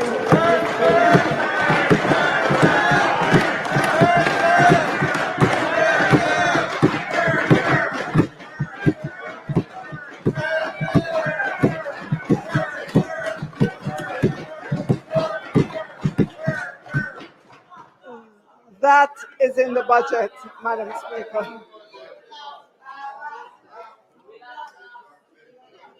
The payment of principal amounts of $1.5 billion on NHT arrears of approximately $2.5 billion, which includes penalty of $1.3 billion. These arrears were incurred by the ministry responsible for education. That is in the budget. Subvention of $1.7 billion to the University Hospital of the West Indies to address new salary rates and arrears for medical consultants, as well as filling of technical staff position. That is in the budget. UTEC, obviously, Madam Speaker, I can't list every single thing that is in the budget, but to say to UTEC, you are in the budget. Set the record yes. straight. Real record. Madam Speaker, I know that DBJ is a public body in the Ministry of Economic Growth and Job Creation that channels financing to MSMEs as well as to large projects in order to drive economic growth and development. It will continue to pursue innovative means of mobilizing funding and leveraging private sector investment and expertise through its venture capital program, as well as public-private partnerships and privatization transaction. Madam Speaker, $2 billion is in the budget for DBJ to allow them to continue to facilitate sustainable growth of startups and MSMEs. And to continue support women-led initiatives, entrepreneurship training, including digital skills bootcamp. $2 billion is in the budget for DBJ, Madam Speaker, for MSMEs. We have to commend our MSMEs. The latest figure from the Small Business Association of Jamaica is that there were an estimated 422,000 registered small businesses in Jamaica, generating, and get this figure, 80% of the jobs in the Jamaican economy. This means 1,136,240 persons in our workforce are employed by a micro, small, or medium enterprise. In the picture on the screen, Mr. Headley and his egg farm is one such DBJ, one such person who DBJ assisted to expand his farm.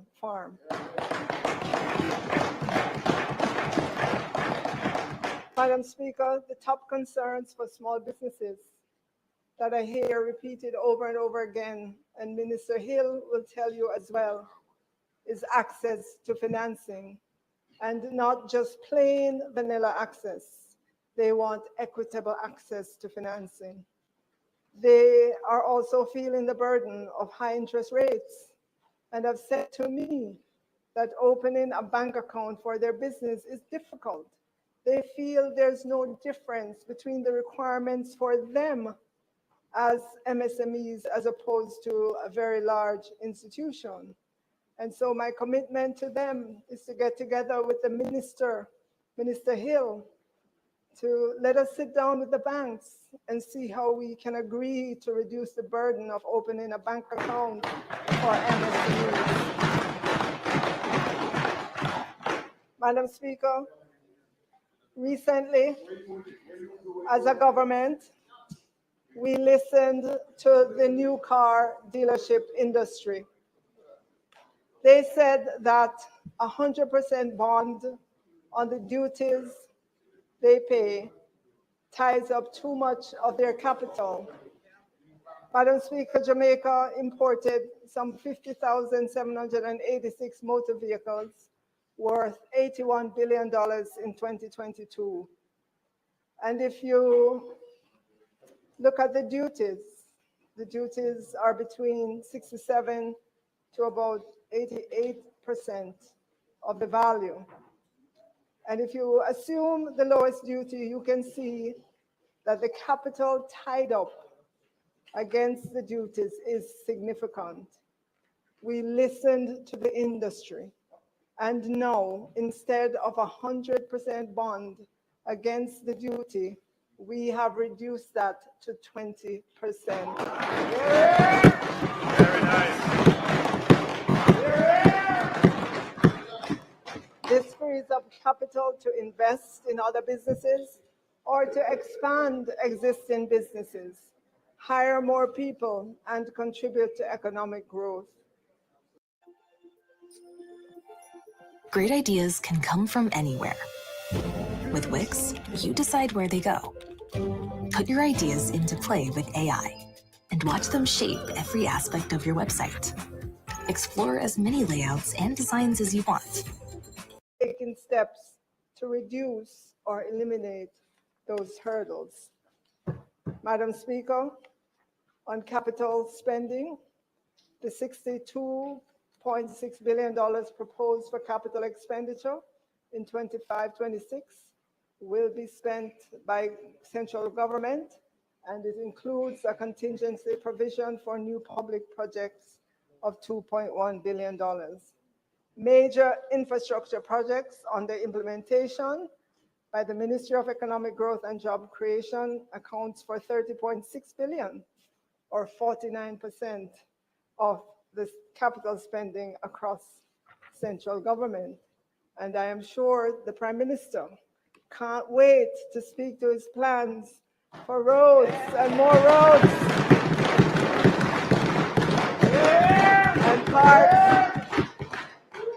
and parks and more parks. That is in the budget. Other ministries are in receipt of significant capital expenditure allocation as well. Ministry of Health and Wellness, $10.2 billion is in the budget.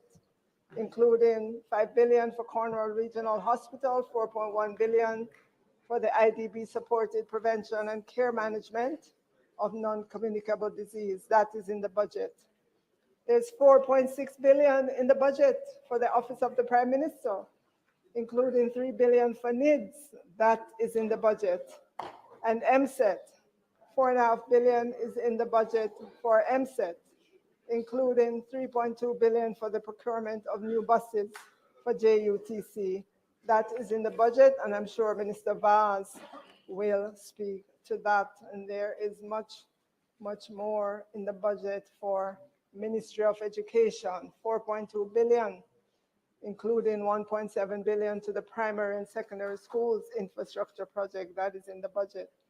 At the Ministry of Agriculture, $3.7 billion. And I am sure Minister Green can't wait to tell you about what he's doing for Essex Valley and Southern Plains. $3.7 billion is in the budget for agriculture under the capital program. And MNS, Ministry of National Security, you will $1.7 billion to continue construction of police divisional headquarters in Westmoreland and St. Catherine North. That is in the budget. I am sure, Madam Speaker, that you will agree with me after hearing those robust budget numbers for the various ministries, that for an economy that has been so battered by a drought, by a Category 5 Hurricane Beryl, by Tropical Storm Raphael, and rains, especially during the months of November and December, that were well above the 30-year average, that the word for this Jamaican economy and for the people of Jamaica, that word is resilient.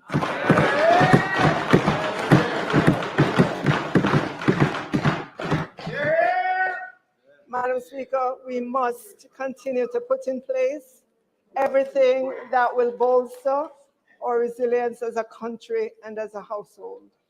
During the new fiscal year, we will bring to Parliament legislation for micro-insurance.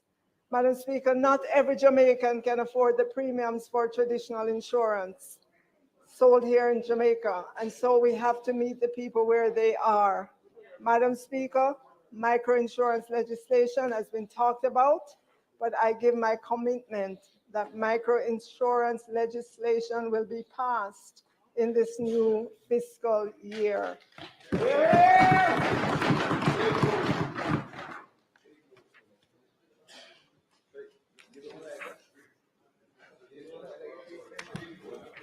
Madam Speaker, I believe that this will significantly improve financial inclusion once it comes into effect, and that our commitment when it comes into effect is to assess how we can help every path family access microinsurance to build financial resilience so that these vulnerable families can manage the financial impact of unexpected events such as illness, a death, loss of income, or natural disaster. Madam Speaker, one player in the insurance industry who is looking forward to seeing the legislation come into being estimates that it is possible to offer a micro-insurance policy with a premium of $250 per month. Not $2,500, but $250 Jamaican per month for a $500,000 benefit. That is worth it, Madam Speaker, to assist the most vulnerable to build resilience. Of note, the FSC has indicated that it would welcome the completion of the microinsurance legislation, as it has been a work in progress. FSC said that it would increase insurance penetration in Jamaica through the expansion of access to insurance. This is how we help families build resilience, by creating affordable insurance products to assist them in times of need. Madam Speaker, there are many other pieces of legislation that we must pass in this Parliament in this upcoming fiscal year.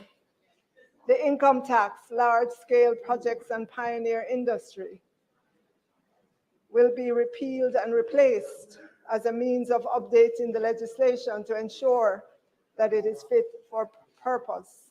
The work is significantly advanced for this.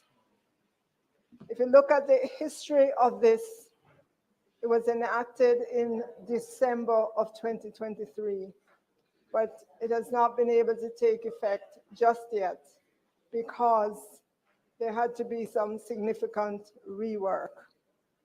By Cabinet Decision number 38/19 dated December 2, 2019, the Cabinet granted approval for the issuance of drafting instructions to the Chief Parliamentary Council to amend this act. We have been working on it, Madam Speaker. Given the vast economic benefits that the act is intended to achieve for Jamaica, it is imperative that the act finally be operational so that the country can reap the rewards from the framework that it established to support large investments and economic development. There is one investment that is waiting for this act to be passed, and that is the Harmony Cove Limited Development Project. This investment in Jamaica will be $1 billion. We will bring this legislation to Parliament before the end of this fiscal year. This investment is too huge to wait another day. Madam Speaker, phase 2 of the private pension reform process, referred to as the adequacy phase, seeks to address issues such as the locking in of members' compulsory contributions, vesting of members in relation to benefits derived from the employer's contributions, portability of pension benefits, and allowance for dependent disability pension. This phase 2, Madam Speaker, has been talked about and dreamt about for a very, very long time. I can recall during my private sector days more than 15 years ago that I was part of several pension working groups. Pension phase 2 is important, and so I will prioritize this legislation in this upcoming fiscal year. Madam Speaker, in order to continue the innovation in our financial sector, we will quickly pass the Virtual Asset Service Provider Bill legislation, a critical piece of legislation which is not just a regulatory necessity, but an economic imperative for the future of Jamaica. The bill represents a pivotal step in modernizing our financial sector, ensuring our compliance with international financial regulations, and positioning Jamaica as a leader in fintech innovation within the Caribbean. Madam Speaker, Jamaica must pass this Virtual Asset Service Provider Bill to ensure compliance with the Financial Action Task Force, FATF Recommendations 15 and 16. Our financial system must meet global standards on anti-money laundering, AML, counter-terrorism financing, CFT, and the prevention of proliferation financing, PF. This legislation establishes a robust legal and regulatory framework for virtual asset service providers, ensuring that those businesses operate within strict licensing, supervision, and enforcement guidelines. Madam Speaker, beginning with this budget speech, and I will announce shortly, will be the start of our initiatives to encourage local taxpayers to bring home to Jamaica their business income and business activities including associated businesses and employment, as well as investment holdings that have been established in or transferred to other tax jurisdictions. A cabinet submission detailing this will be in front of cabinet shortly for its consideration. And Madam Speaker, I have to be true to the financial sector.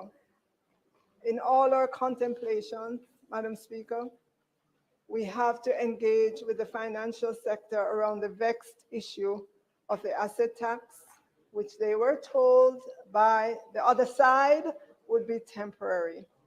Some ideas have come to me from the financial sector on how we could begin to scale this back.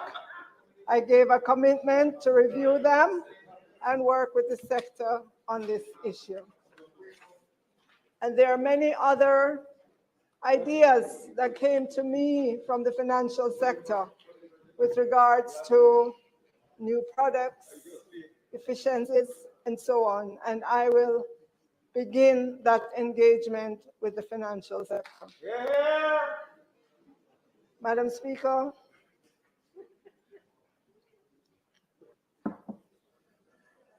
the Student Loan Bureau has gone through many changes, making itself more efficient and more service-oriented.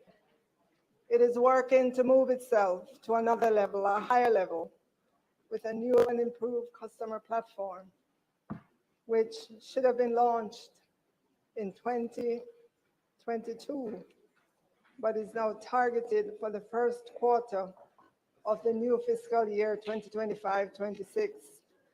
This platform will allow students to view their loans, print statements, and pay their loans online, among other functions.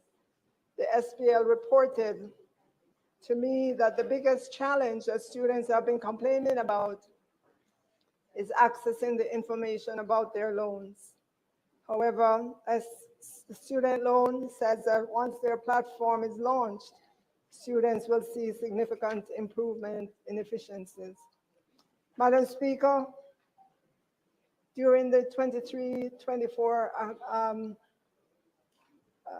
fiscal year, the decision was taken by this government to no longer require PATH beneficiaries to have a guarantor, and PATH beneficiaries would have 100% waiver for application fees. Since then, there has been an 85% increase in the number of PATH beneficiaries in 2024-25 versus the figure in 2023.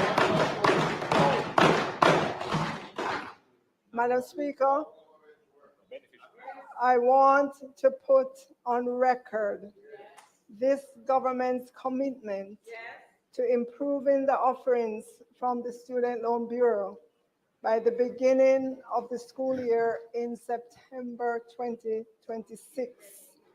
A Capri study has given us excellent suggestions on how to modernize the student loan offerings. We are committed to doing the overhaul of the student loan system and will engage Capri as we start that process this upcoming fiscal year. But so, Madam Speaker, to let Jamaicans know our headspace and where we're heading, we are committed to an increase in the loan amounts that students will be able to access. And for the disbursement to include not just tuition, but also housing, books and supplies, the cost of a laptop, and a stipend for meals. We are also committed to a meaningful reduction in interest rates on the various loans, and we are committed to longer loan payment periods.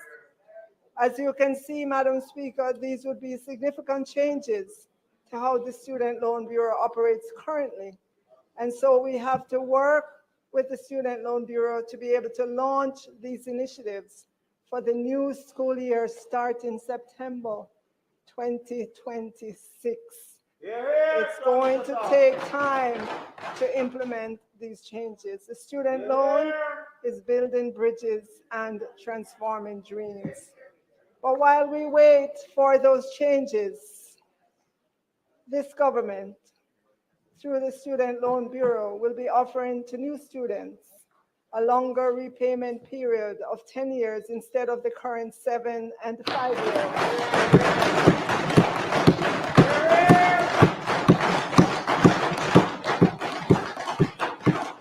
And the rates will remain the same, meaning the rates will not increase because the payment period has increased.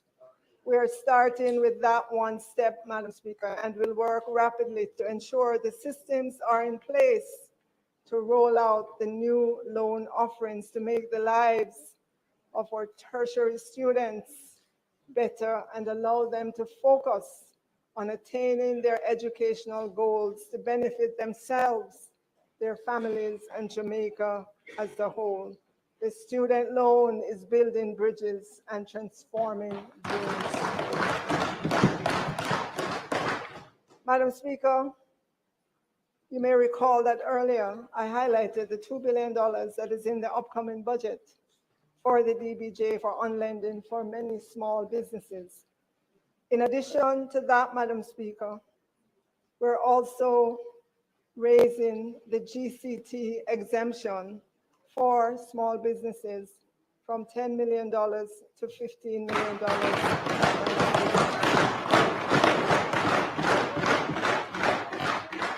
So in addition to all the items I listed that are in the budget, which was good news number one, and the work that the Student Loan Bureau will be doing to improve the offerings, which was good news number two, raising the exemption from 10 million to 15 million for MSMEs is good news number three.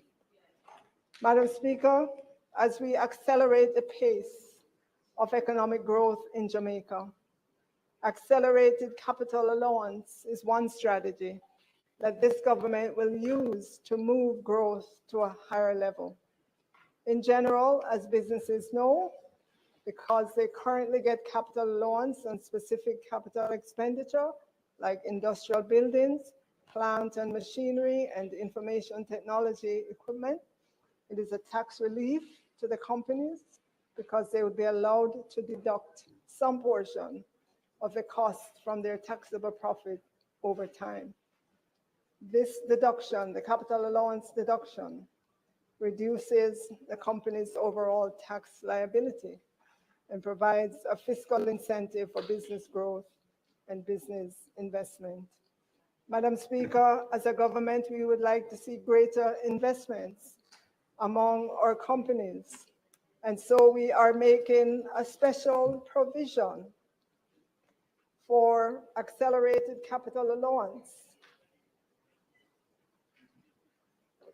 on industrial and non-industrial commercial buildings, plant and machinery, which includes automatic data processing equipment. And this will be over a 2-year period.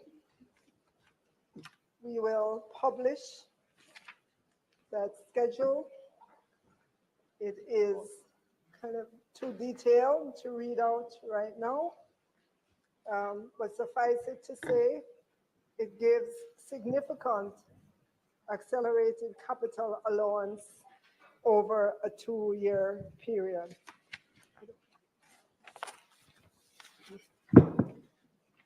And so we are encouraging companies to take the opportunity to upgrade their machinery, their ITC infrastructure, their industrial buildings, to help expand their output so that we can move the GDP growth rate to higher levels.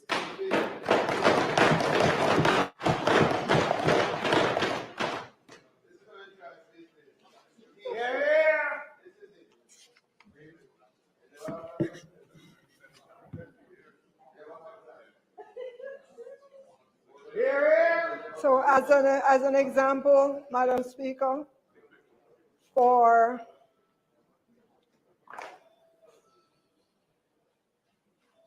plant and machinery, currently the initial capital allowance is 25% over the initial year is 25%. The period for the capital allowance for machinery is 8 years under the current regime. So the annual capital allowance will be 12.5%. We are moving that to 40% in year one.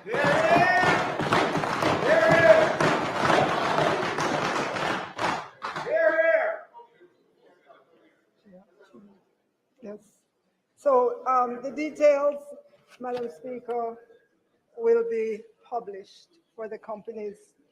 And that is good news number 4. Madam Speaker, this government believes in the stock market to create prosperity for the people of Jamaica. Like someone wanted to lock it down. Yeah. If you recall, Madam Speaker, the Honorable Edward Seaga inaugurated the Jamaica Stock Exchange in 1969 as the Minister of Finance and Planning. The Jamaica Stock Exchange was one of the many financial institutions that the former Prime Minister and Minister of Finance created to help the Jamaica's capital market. Madam Speaker, history recalls that he took part in the first transactions by purchasing shares through 2 brokers. History also recalls that he wrote up the transaction on the board. If you look on the screen, you'll see the picture where the exchange dealings were recorded. In those days, we did not have the kind of technology we have today. Mr. Seaga's goal for the stock exchange were to help companies in Jamaica by opening up the capital market to allow Jamaican investors to participate in these companies, to enable private companies to go public. On February 1, 2008, this government clearly continued its strong support for the stock market as a whole. But more important, for the establishment of a junior stock exchange. I go further, Madam Speaker. It was this government, under the leadership of the Honorable Bruce Golding, that facilitated the launch of the junior market on April 1, 2009. Sadly, Madam Speaker, despite the clear success and the positive impact of the junior market, we witnessed the shockwave when the then Finance Minister announced in this Parliament on October 12, 2013, that his government would phase out the Jamaica Stock Exchange junior market benefit in 8 years. In opposition, in 2013, the shadow spokesman on finance, MP Audley Shaw, clearly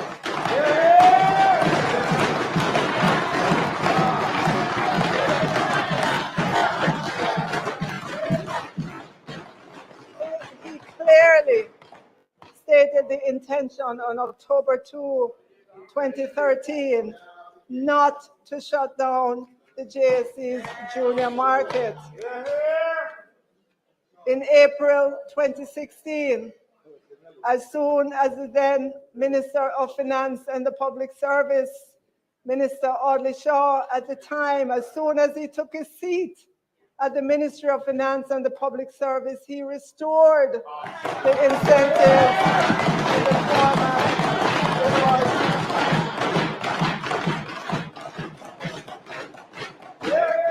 Today, Madam Speaker, the junior market companies have paid over $1 billion of statutory deductions, 1.6 billion of GCT, and 1.6 billion of PAYE.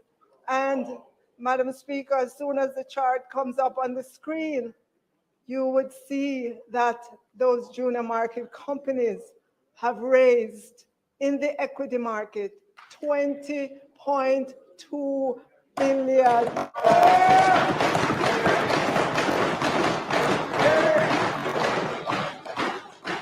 Madam Speaker, I cringe to think that many of those companies would be non-existent if we on this side did not fight for the junior market to remain in place.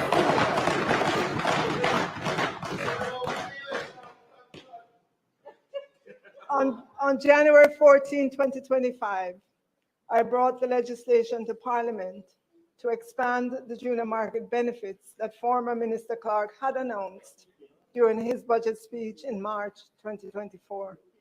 The amendment to the Income Tax Act increased the cap on voting share equity from 500 million to 750 million. Today, Madam Speaker, March 11, 2025, this government remains faithful to the stock market development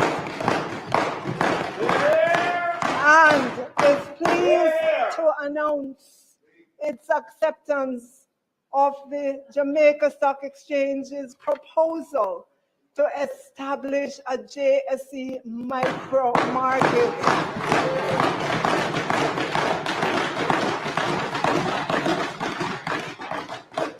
I will move with haste to name the technical working committee that will include the Companies Office of Jamaica, the Legal Fraternity, the Security Dealers Association, a member of the PSOJ, and of course, representatives from the JSC and Ministry of Finance and the Public Service.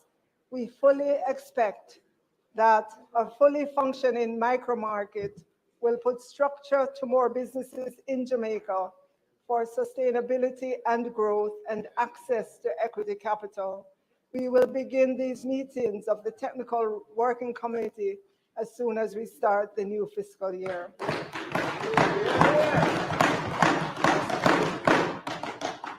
Madam Speaker, Dr. Marlene Street Forrest, Managing Director of the Stock Exchange. She's in the gallery, and she has indicated that the JSE has identified over 250 micro and small businesses in Jamaica that are in need of equity funding and are reasonably organized, but unable to go public because they're not yet at the level to meet the requirements of the main or the junior market. And many do not require the threshold of $50 million in participating equity capital, meaning the JSE micro market would be established, Madam Speaker, to meet the needs of MSMEs in the 10 million to less than 50 million in participating equity capital. Madam Speaker, it will be. I need my stories. I need my glasses. Not too long from now. And Madam Speaker, just in case anyone tries to say that they were the first with this idea of the micro market, let me remind them that I spoke at the 2025 JSE conference in Jamaica ahead of the opposition and publicly stated this government's intention to work with the JSE to establish the micro market. I'm moving now to formalize that process.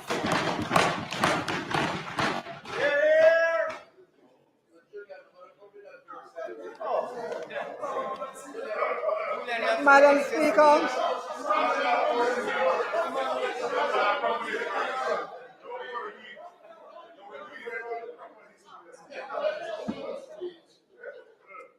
Madam Speaker, this government has utilized the stock market to monetize government assets. We have IPO'd Wigton Wind Farm, now Wigton Energy, when I was Minister of Science, Energy and Technology. Now we are in the local stock market again with another offering, which is the government's 20% share of Trans-Jamaica Highway. The offer opened on March 4th and will close on March 18th. Madam Speaker, I don't have a license to sell securities, and so this is not a sales pitch. This is to demonstrate to Jamaicans that we walk the walk and talk the talk when we say we believe in the stock market in Jamaica.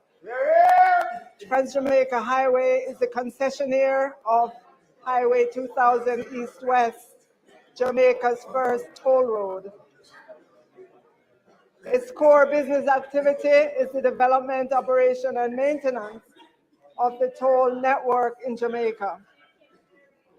Trans-Jamaica serves an expansive customer base with an average of 70,000 vehicles daily and peaks of approximately 100,000 during the Christmas period.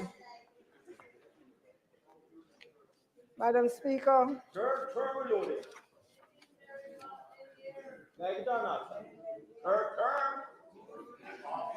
Madam Speaker,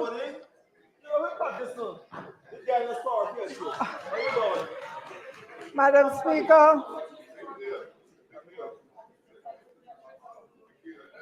Madam Speaker, the government is seeking to raise up to $6.3 billion through the offer of 1,750,700,000 ordinary shares at Jamaican $3.60.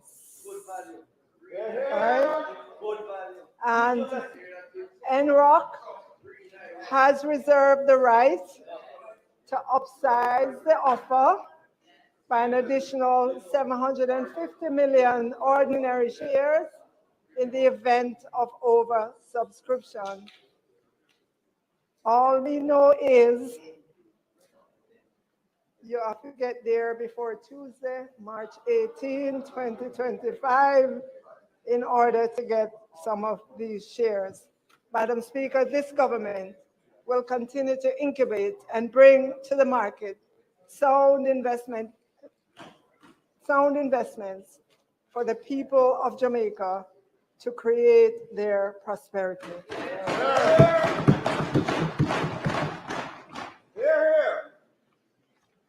And that, Madam Speaker,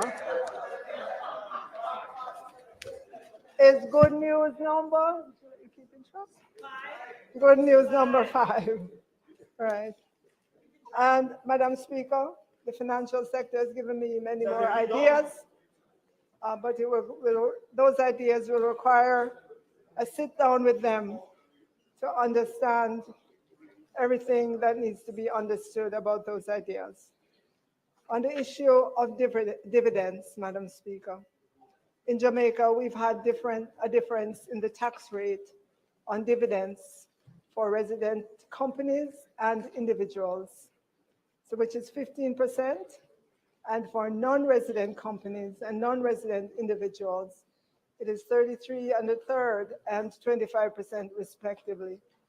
We are pleased, Madam Speaker, to announce that there will be one rate for resident and non-resident companies and individuals of 15%. I want to say to Jamaicans, when you hear non-resident companies and non-resident individuals, don't immediately think foreign companies or foreign individuals. They may also be companies registered abroad that are owned by Jamaicans. There are also Jamaican individuals who live abroad in countries that have lower dividend rates, that receive dividends from Jamaican companies.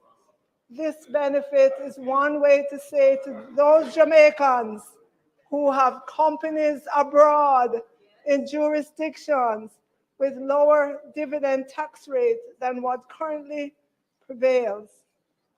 We are saying to them, we are lowering the rate for you.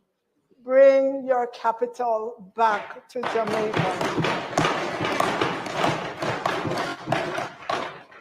And that is good news number 6. Good news number 6. So, Madam Speaker, again, to remind persons of the good news so far. Good news number 1 is what was in the budget for all our ministries. Good news number 2 is the immediate benefit to our tertiary students in terms of a longer payment period. Good news number 3, the $2 billion to TBJ for lending to MSMEs. Good news number 4, increasing the GCT threshold for MSMEs from 10 to 15 million. Good news number 5, accelerated capital allowance for any sized business. Good news number 6 is the launch of the JSC's micro market. Good news number 7, a dividend paying investment opportunity, Trans-Jamaica Highway. Good news number 8, reduced tax rate on dividends received by non-resident companies from 33.33% to the same as the local rate, which is 15%. Good news number 9, reduced tax rate on dividends received by non-resident individuals from 25% to the same as the local rate, which is 15%. And good news number 10, Madam Speaker, there is more good news.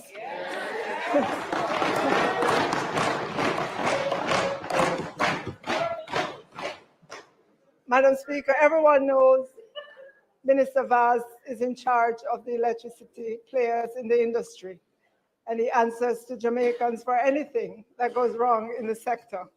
He not only answers to Jamaicans, he advocates for Jamaicans. Remember the aftermath of burial? We were tired of hearing and seeing Minister Vaz calling on JPS to restore electricity.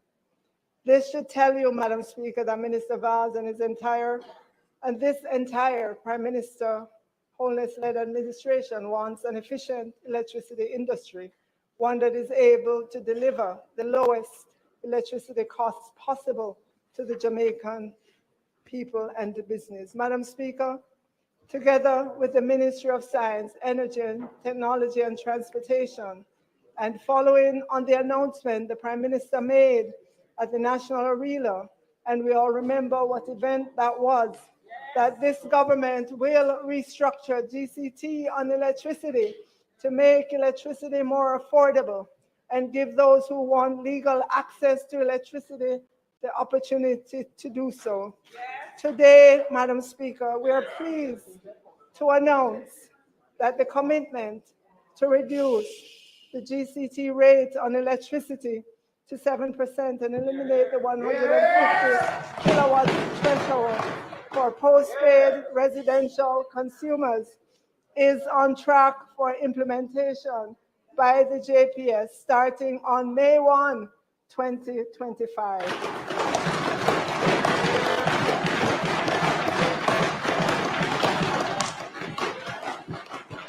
Additionally, Madam Speaker, for those postpaid residential customers who consume 250 kilowatt hours or less, they will see a rebate of 7% and a 3% subsidy for a total of 10%. This is a caring government, Madam Speaker.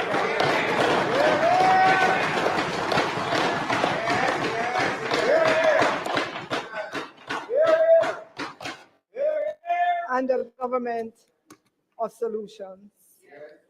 And I'm not done yet with Minister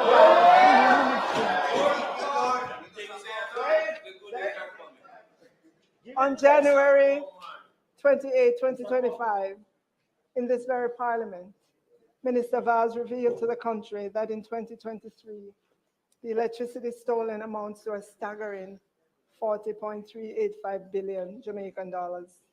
That works out to be 13,500 for every man, woman, and child in Jamaica. Interesting to note, Madam Speaker, that on the very next day, the Member of Parliament from East Kingston and Port Royal repeated the same figures. So there is consensus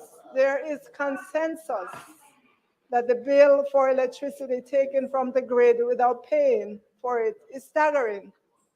I will go further. I believe that on both sides of the aisle, we both want a solution because all of us who pay for electricity have this added burden on our monthly bills. We have all agreed over the years that this situation of electricity theft cannot be allowed to continue. The people of Jamaica need a solution. And more important, those who cannot afford postpaid electricity also need a solution. So, Madam Speaker, together with the Minister of Energy, MP from West Portland, and following the commitment of the Most Honorable Prime Minister at a certain conference on November 24, 2024, we are pleased to announce the most ambitious program to allow affordable access to prepaid electricity.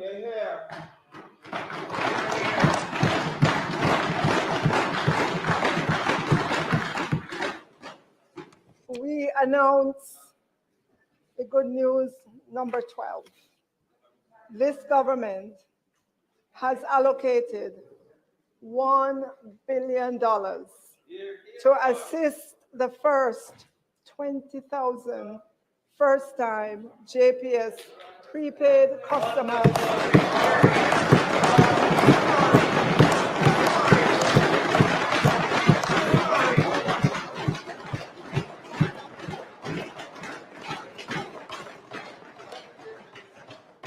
$1 billion, Madam Speaker, to assist the first 20,000 first-time JPS prepaid customers who sign up for prepaid electricity. The $1 billion will go towards paying for house wiring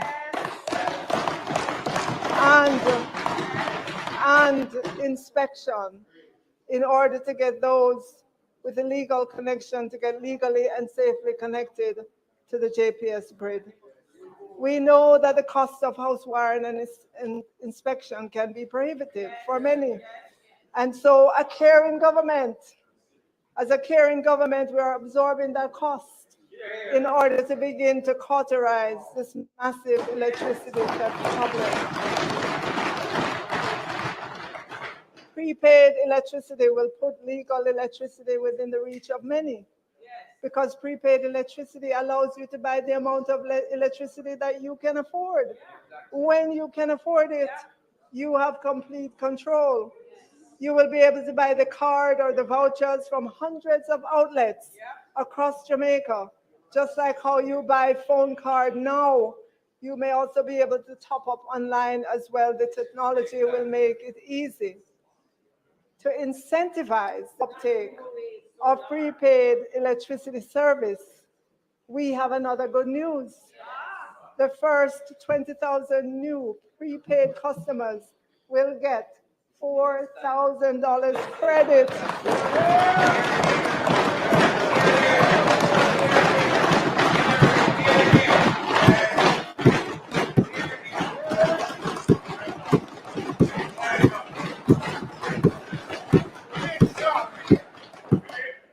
So they will get $4,000 credit for electricity per month for 6 months.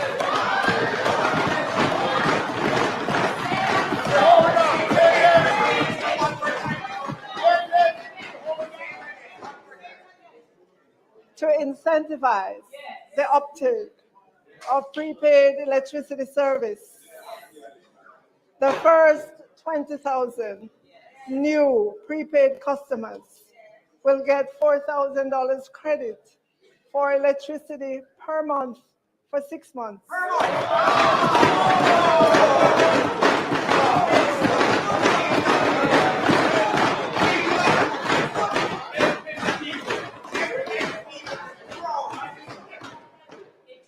this will be under the GOG.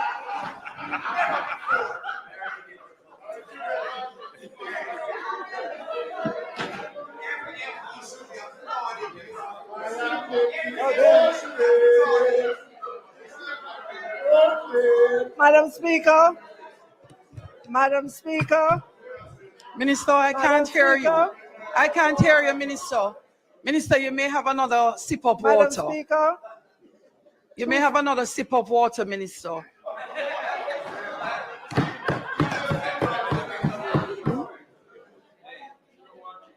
Madam Speaker, $2,000 of that 4,000 credit will come from the JPS.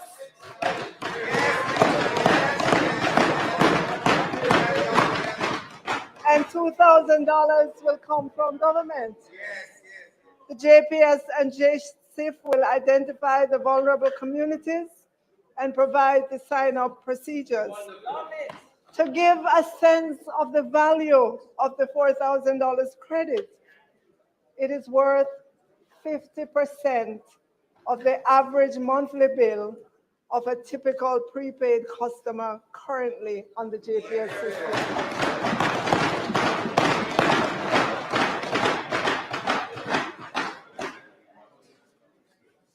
The data from JPS is showing that the average monthly bill for prepaid customers is $8,000, and that there are currently 17,000 customers who are using the prepaid electricity meter. And so I say to Jamaicans, this is an offer you cannot refuse. No cost to you for the house wiring. And that's good news number 12. Sure. 12. No cost to you for the house wiring. Good news number 12. No cost to you for the inspection. Good news number 13. $4,000 credit towards your bill each month for 6 months. Good news number 14. No police running in on you to pull down the throw up. Good news number 15. Buy electricity when you need it and in the amount you can afford. $1,000, $500, $100, depending on how your money runs. Yes, good news number 16. What a deal. What a government. Madam Speaker, let me hasten to add that prepaid electricity is not just for vulnerable communities or persons not legally connected now. Any individual customer can buy the prepaid service, and the GCT on prepaid is also 7%. Good news number 17. We are a caring government. We are a government of solutions. Yes. We are a government of action. Madam Speaker, recently a concerned taxi operator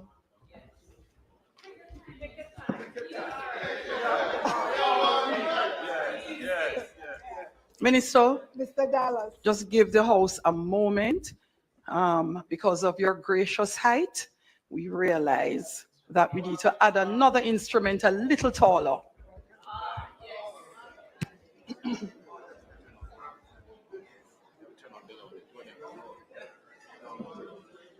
Madam Speaker,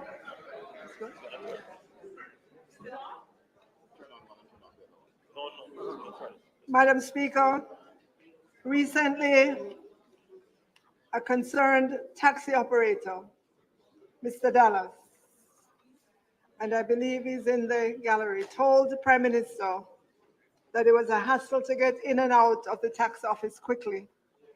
I encourage Mr. Dallas to try our online system to pay for motor vehicle fitness and then go to the motor vehicle depot. He could pay for motor vehicle registration and then go to a special window. He can pay for property taxes online as well.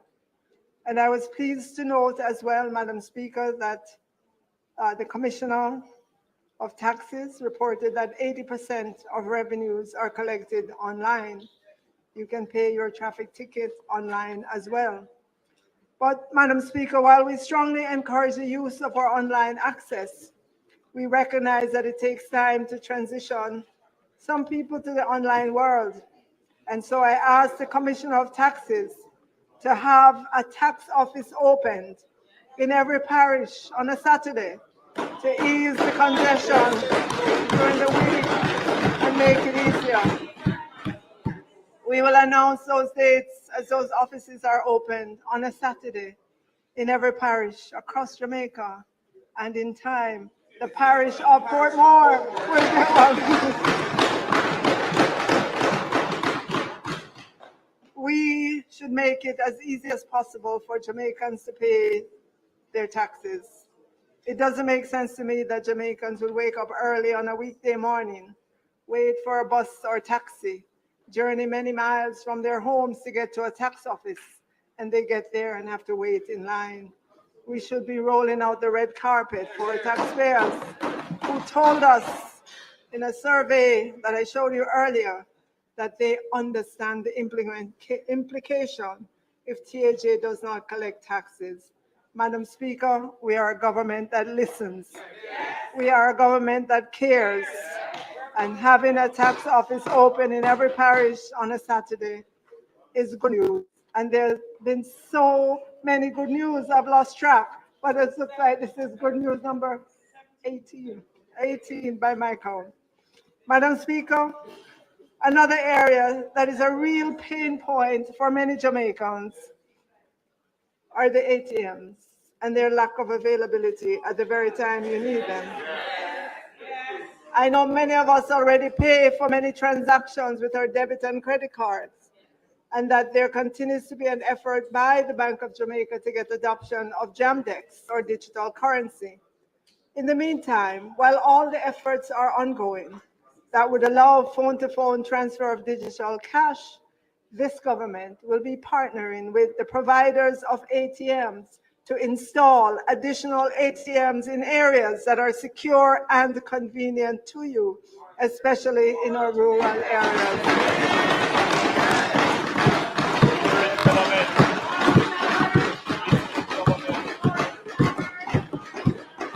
Performing on the biggest stage in the world was just one step in my journey. Hi, I'm Ronnie, and I teach people all over. ATM near you is good news, number 19. Madam Speaker, the Chase Fund, since its inception in 2003, has awarded 4,909 scholarships valued at $829 million to more than 2,000 early childhood education practitioners and leaders pursuing undergrad and graduate degree programs in early childhood education, special education, literacy and numeracy, curriculum development, educational leadership, and educational administration at tertiary institutions.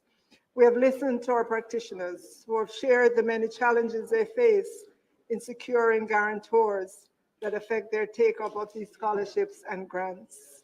This should not be the case for individuals who serve our country's youngest, who carry the responsibility of their holistic development. So moving forward, together with the Prime Minister, we have decided to move the need for guarantors for recipients of government scholarships and grants up to $2 million cumulatively.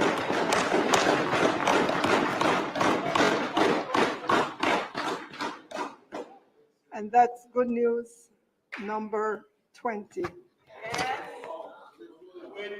And finally, Madam Speaker, we come to the good news number 21, the PAYE threshold.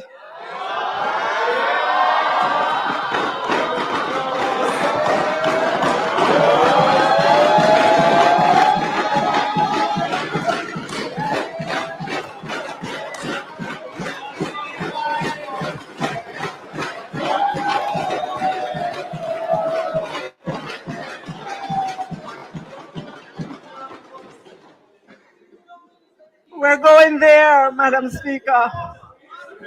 We're going there.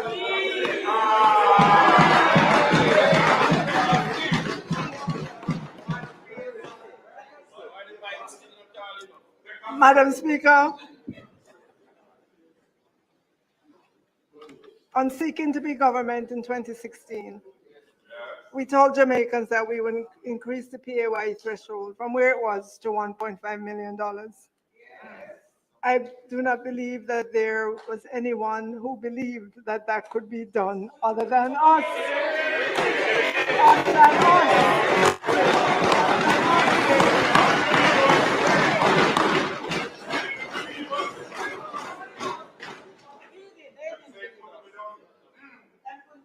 Many persons thought it was a campaign trick to win. But we know we are a can-do government, a government of ideas, and a government of solutions. The Honorable Audrey Shaw, Minister of Finance and the Public Service, came to Parliament in 2016.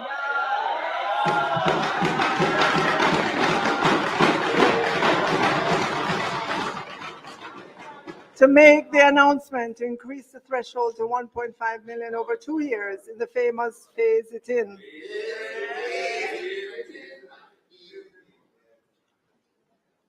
Madam Speaker, on May 16, 2016, a company that often does analysis of government's revenues wrote that the increase in the tax-free threshold of 1.5 million per annum will have particularly positive implication for PAYE workers on low incomes. The proposed policy, speaking of the increase in the threshold, has broader implications, however, said the company that was doing the analysis, as the threshold increases will also significantly reduce the number of individuals who will contribute to the income tax.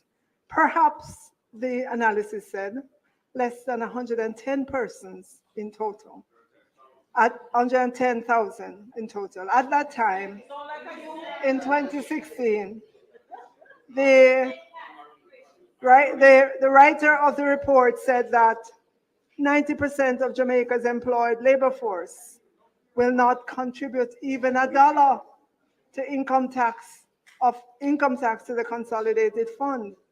In contrast, the writer said the remaining 10% will be required to carry the entire income tax burden, with yet a further burden being placed on perhaps as few as 12,000 persons due to increasing the rate to 30% on incomes above $6 million, end of quote.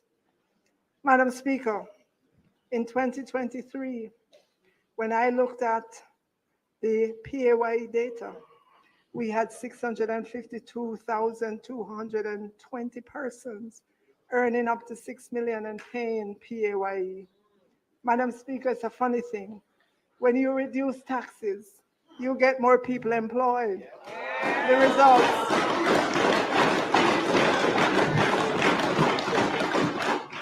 results are more revenues to government to build roads, provide water, infrastructure, invest in the security force, in education, in health, broadband infrastructure, and the training of our people.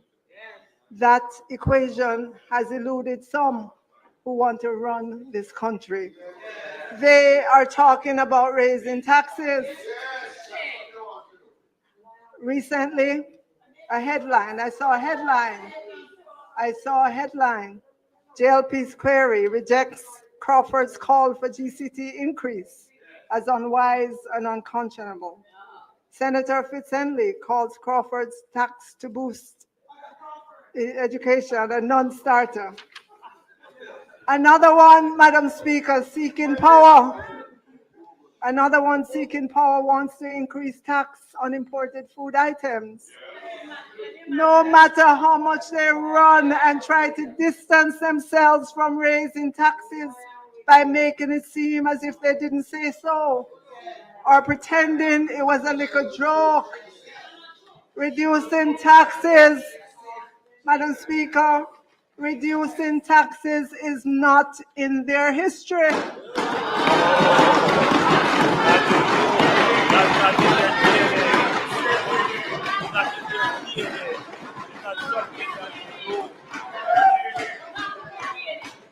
not in their DNA.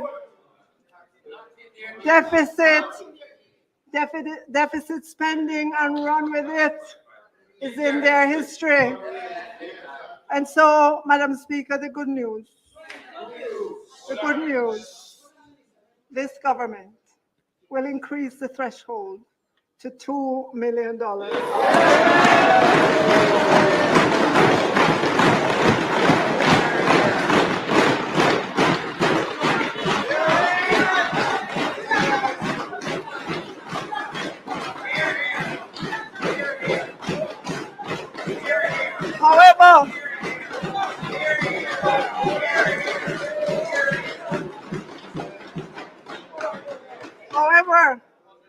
However, colleagues, remember, we are a responsible government.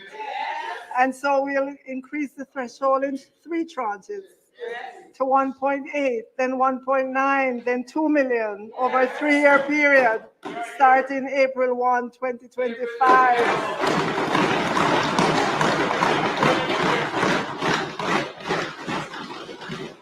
Doing it this way means our hardworking taxpayers don't have to guess and spell next year or the next year or the next year if the threshold is going to increase. We are a caring government. We are a responsible government. Madam Speaker,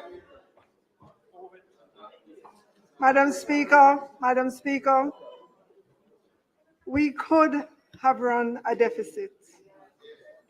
For the first time in 10 years, based on our fiscal rules, we are allowed to run a deficit equivalent to no more than 0.3% of GDP. And that would still keep us on the path to 60% debt to GDP by fiscal 27-28. Madam Speaker, Prime Minister and I discussed this, and he said deficit spending would be a very bad signal to send to the world in an election year. So, Madam Speaker, there is no greater testimony to the high regards that this government has for the fiscal affairs of this country, and by extension, the people of Jamaica, than for Jamaicans to know that this government has stared a budget deficit in the face that we legitimately could run in an election year and said, no, thank you.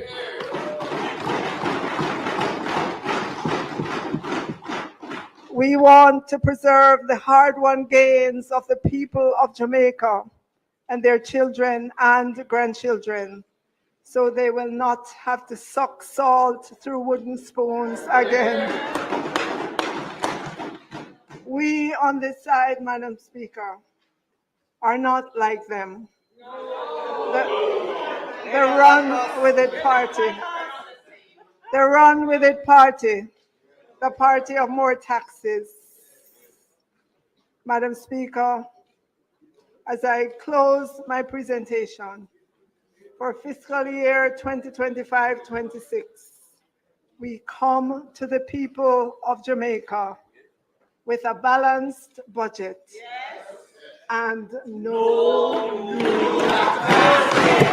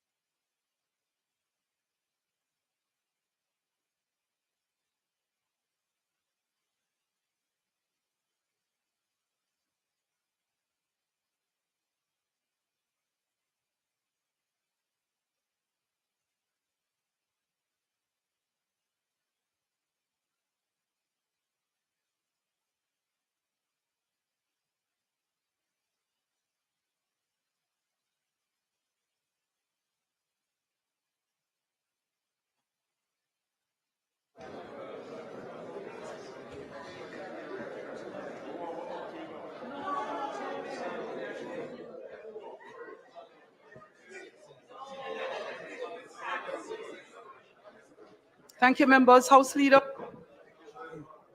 Madam Speaker, I'm a proud Deputy House Leader today. I really want to commend, Madam Speaker, our Minister of Finance on her presentation. We're proud women in Parliament today. And the Prime Minister is extremely proud. Let's hear it one more time for our Minister.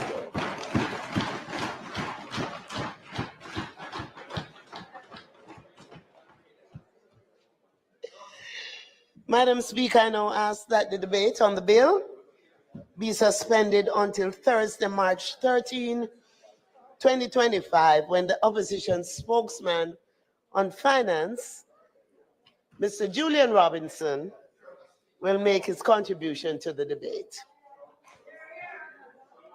Thank you, Madam.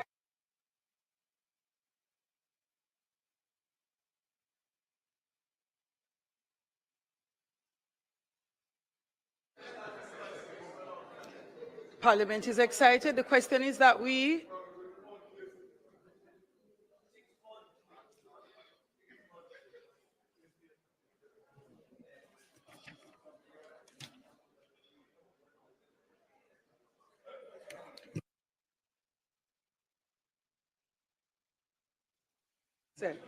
members, the question is that we suspend the debate until Thursday, March 13, 2025, when the opposition spokesman on finance, Mr. Julian Robinson, will make his contribution to debate. Those in favor? Those against? The ayes have it. House Leader? Adjournment.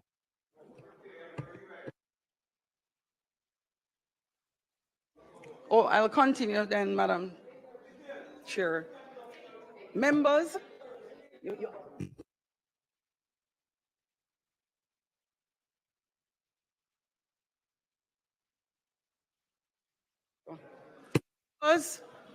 this seemed to be a very exciting afternoon. As the House Leader indicated,